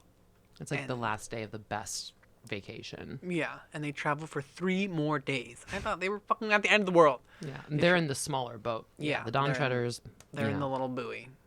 The little, what's it called? Not buoy. Oh, Boob. The boob. I don't want to scroll back up to that chapter No, to find it. whatever. They're in the small boat. Yeah, not Reapy Yeah. Cheap's boat. That would be Right. hilarious. Well, I think but- he's got his little boat. But yeah, but they're in the bigger one for humans, and you know, again, the current is taking them where they need to go. They don't need to sleep. They don't need to eat. They're just gliding along until they get to a wall. a 30-foot tall wall of unmoving wave. Holy shit.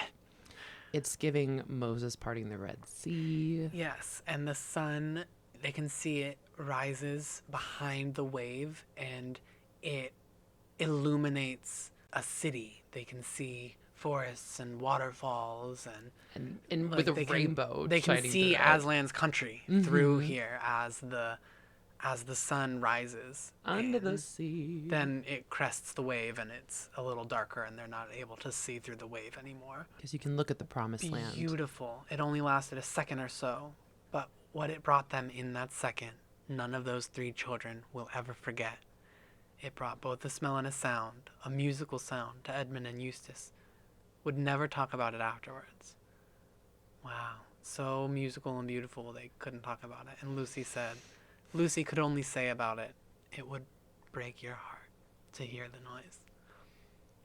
just a beautiful, like, probably angelic choir, like, tone.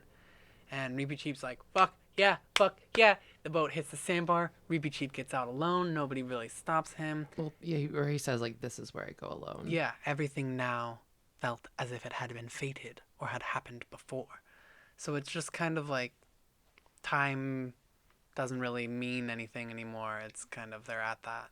Yeah, coracle. It's just oracle with a C. That's the book. Okay. I knew it Yeah, came back up. that's his little. That's Reepicheep's book. Those small circular ones, which like have existed forever, and like every country has their own version. But he tosses his sword since he won't need it anymore, and he hops in his boat, and it says he pretends to be sad for the kid's sake, but he's just kind of so excited. He fucking finally did it. He even lets Lucy cuddle him, and she pet his sweet fur. Finally got to give him the hug she always wanted to. And he climbs in the boat and swims toward the wave, paddles toward the wave, and it kind of just glides up the side of the wave and crests it, and then he's gone. Yeah, and since that moment, no one can truly claim to have seen Reepicheep the mouse, but it is my belief that he came safe to Aslan's country and is alive there to this day. He fucking better be. And the sun keeps rising, and the mountains outside the world faded away, and the waves remained, but there's only this blue sky behind it. So it's very much giving Moses going to the promised land, getting to look at it, but not actually getting to go, which in that circumstance, there's other bullshit reasons, but in this it's just because you don't get to go to Aslan's country and come back. You can pet the tiger once. So they just kind of start walking south along the wall with it to their left, and they don't really think about why. It's just they kind of know that that's where they're supposed to go, and they're all holding hands. It notes that they're feeling very much like kids, less like their seafaring selves, and I think that their minds are kind of being prepped to go back to their world, like the Narnia is being stripped away again. And the same way it comes back to them when they visit, it's now being stripped away. Yeah, I mean, Reepicheep did what he was supposed to do. They're off to Narnia. I mean, I think it's like, the duffel puds where they, who knows how soon the Lords woke up, if it was instantaneous or what. Like, I think as soon as he crested the wave, they woke up. And they all make it to some sandbar, and then it turns into low grass that's just like, doesn't raise up, it's just kind of there. And it seems to come to a point where the sky meets the ground, like how the horizon always meets the ground where it's flat, but this, like, it seems like it's really there, like Truman Show, like you're at the edge. Yeah. And at the base of that, they see a small white lamb who welcomes them to have some breakfast. And they are all of a sudden very hungry now for real food, and they eat the fish that is there magically, cooked fish. And there is plenty for all to eat. The most delicious food they've ever tasted, which is great because they just came from Ramadou, where it's like that should have. I feel like at this point in the story, it's like only going up, just getting better and better. And that's to make up for all the crap they had to eat during that storm. But Lucy she just asks the lamb, like, please, like, is this the way to Aslan's country? And the lamb says, not for you. And for you, the door into Aslan's country is from your own world. Which Edmund is like, what? There's a way into Aslan's country from our world too? And the lamb's like, yeah, there's a way into my country from all the worlds. Your country, lamb. Mm-hmm. What are you talking about, lamb? And it's like, wait a minute. But as he spoke, the snowy white flushed into tawny gold, and his size changed, and he was Aslan himself, towering above them and scattering light from his mane. I don't know, I did a horse. Oh, Aslan, will you tell us how to get into your country from our world? And Aslan's like, Lou, I shall be telling you all the time, but I will not tell you how long or short the way will be, only that it lies across a river. But do not fear, for I am the great bridge builder. And now come, I will open the door in the sky and send you to your own land. And Lucy wants to know, when they're coming back to Narnia. And they're not. And he tells them that they're not coming back. And she doesn't understand. And he explains that they only came to Narnia to know Aslan in this form, so that they can know him better in our world under his other name, Jesus. And or he tells them they're too old, but I'm like, she's like 9 or 10. Susan and Peter got to go till they were like 14, 15. which I'm like, okay, maybe it's only because they didn't get to go until so, you know, but you it only just, get 2 trips to Narnia. They got 3 because they're younger. And I have a note that she's crying, but I'm crying, and she wants to know Lucy's crying, yeah, about Eustace too. And Aslan is like, that, do you really need to know that? Like, that's not your business. His journey is his journey. And he just opens the door, and they're all of a sudden in Alberta's room again. Like, he doesn't say goodbye. He just... Well, they feel his mane and a lion's kiss on their forehead, but it's not the conversation he had with Peter and Susan. No, It's he's like, very, you're not coming back. It's like, okay, bye. Bye. I think he doesn't... I think it hurts him. I think so. Well, and also he's like, he knows... He's soft. He's really soft with them. He knows he's going to see them in another form or whatever. But, right. I mean... He'll see them here. He sees them all the time. And now there's only a few things to wrap it all up, which is one, that Caspian and everybody made it back to Ramadou's island and the lords had woken from their sleep, and that Caspian did indeed marry Ramadou's daughter. What about the little girl with the freckles on the first island? She squints. And they all reach Narnia in the end, and she becomes a great queen and the mother and the grandmother of great kings. And we don't even know her name. She doesn't. She's grandmama. Grandmama, mama. Queen grandma. And then also, the one thing for our world is that everyone is shocked at the change that Eustace has made. They're thinking he's like such a great kid now. Like, he's so considerate and kind and cool and brave. And Alberta's like, he's like commonplace and tiresome. These fucking Pevensies rubbed off on my beautiful, annoying ass son. They've changed him. My boy. my shitty little boy. No, Alberta, it was good old magic. Mm-hmm. The end. And that's I know. Hello. She says the end too. This, I should have done meters on how much I cried for the other ones. I think this one was the hardest for me because of the vagueness of all these really important themes and how things that I think are really profound are delivered like very simply. And I was chatting with one of our friends about how sometimes when we're reading the stories, like, it can be very daunting, and there's a lot, and sometimes I'm like, what am I going on this journey for? And then we get to the whether it's the end of the story or end of these chapters where these things are said, and I'm like, this is why these stories are important. This is why we're doing this podcast, because there are profound things hidden in the most simple places, and we have to illuminate them, otherwise they'll just stay in the darkness. Yeah, gotta find the good where you can find it, and sometimes that's in a tree sitting on a mountain somewhere. Or in an albatross that looks like a cross, or an aeroplane. And we're not capable of removing every layer of dragon skin on our own. There are some things we need help with, and that's okay. Yeah, and we don't get to know everything, and that's okay too. Because we don't need to know everything.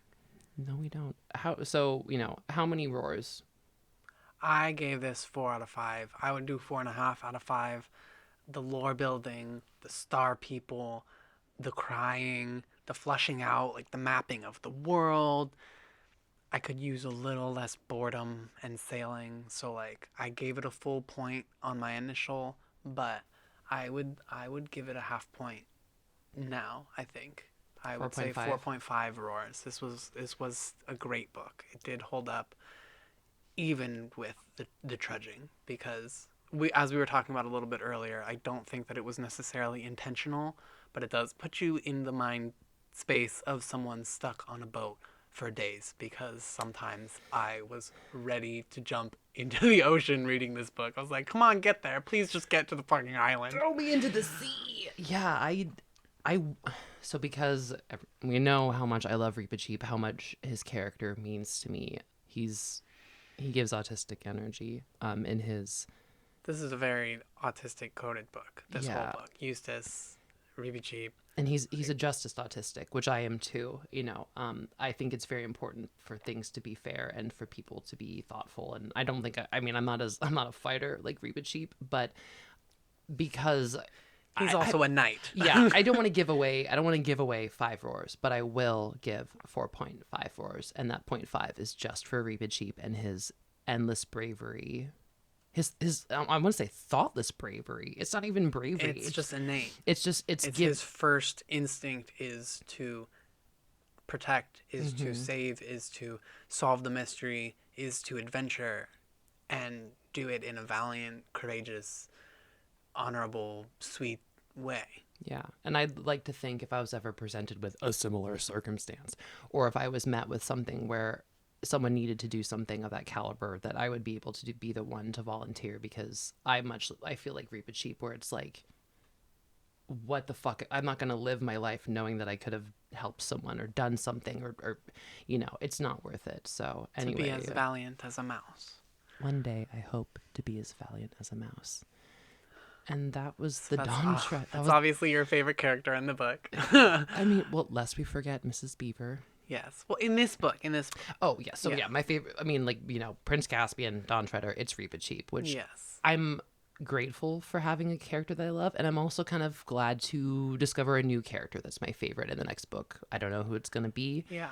I still fall for Lou every time, just she's because default. Yeah, because she sees all the good shit. Like, she's mostly unproblematic She's most Aslan's of the favorite. time. She's Aslan's favorite, save for when she was being rude to the girl with freckles and when she was being rude to the Duffelpuds. Mm-hmm. And she's also 9, 10. Like, I definitely had some rude moments. I was not that noble when I was 10, but No.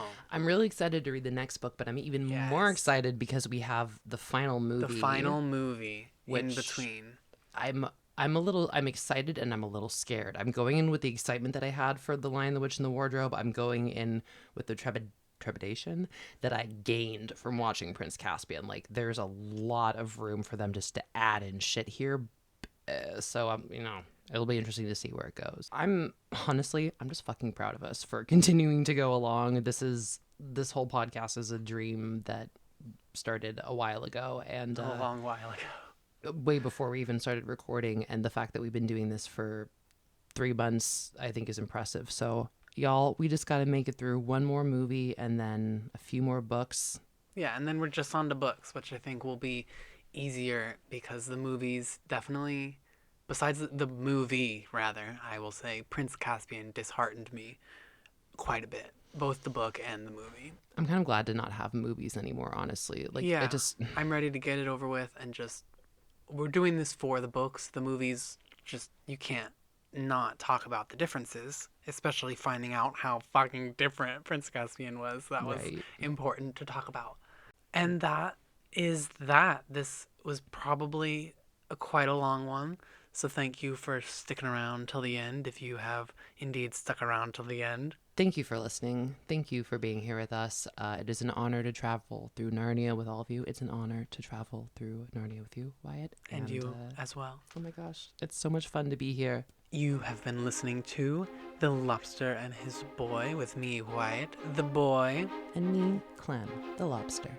If you have any questions, concerns, comments, any memes, I feel like it's pretty dry out there with Narnia memes, send that to us at Lobster and His Boy on Instagram, and we are at lobsterandhisboy@gmail.com for any email, voice memos, or long form comments. And both of those have no capitals, no spaces, no special characters. That's a wrap. Get out of the fucking water, kids.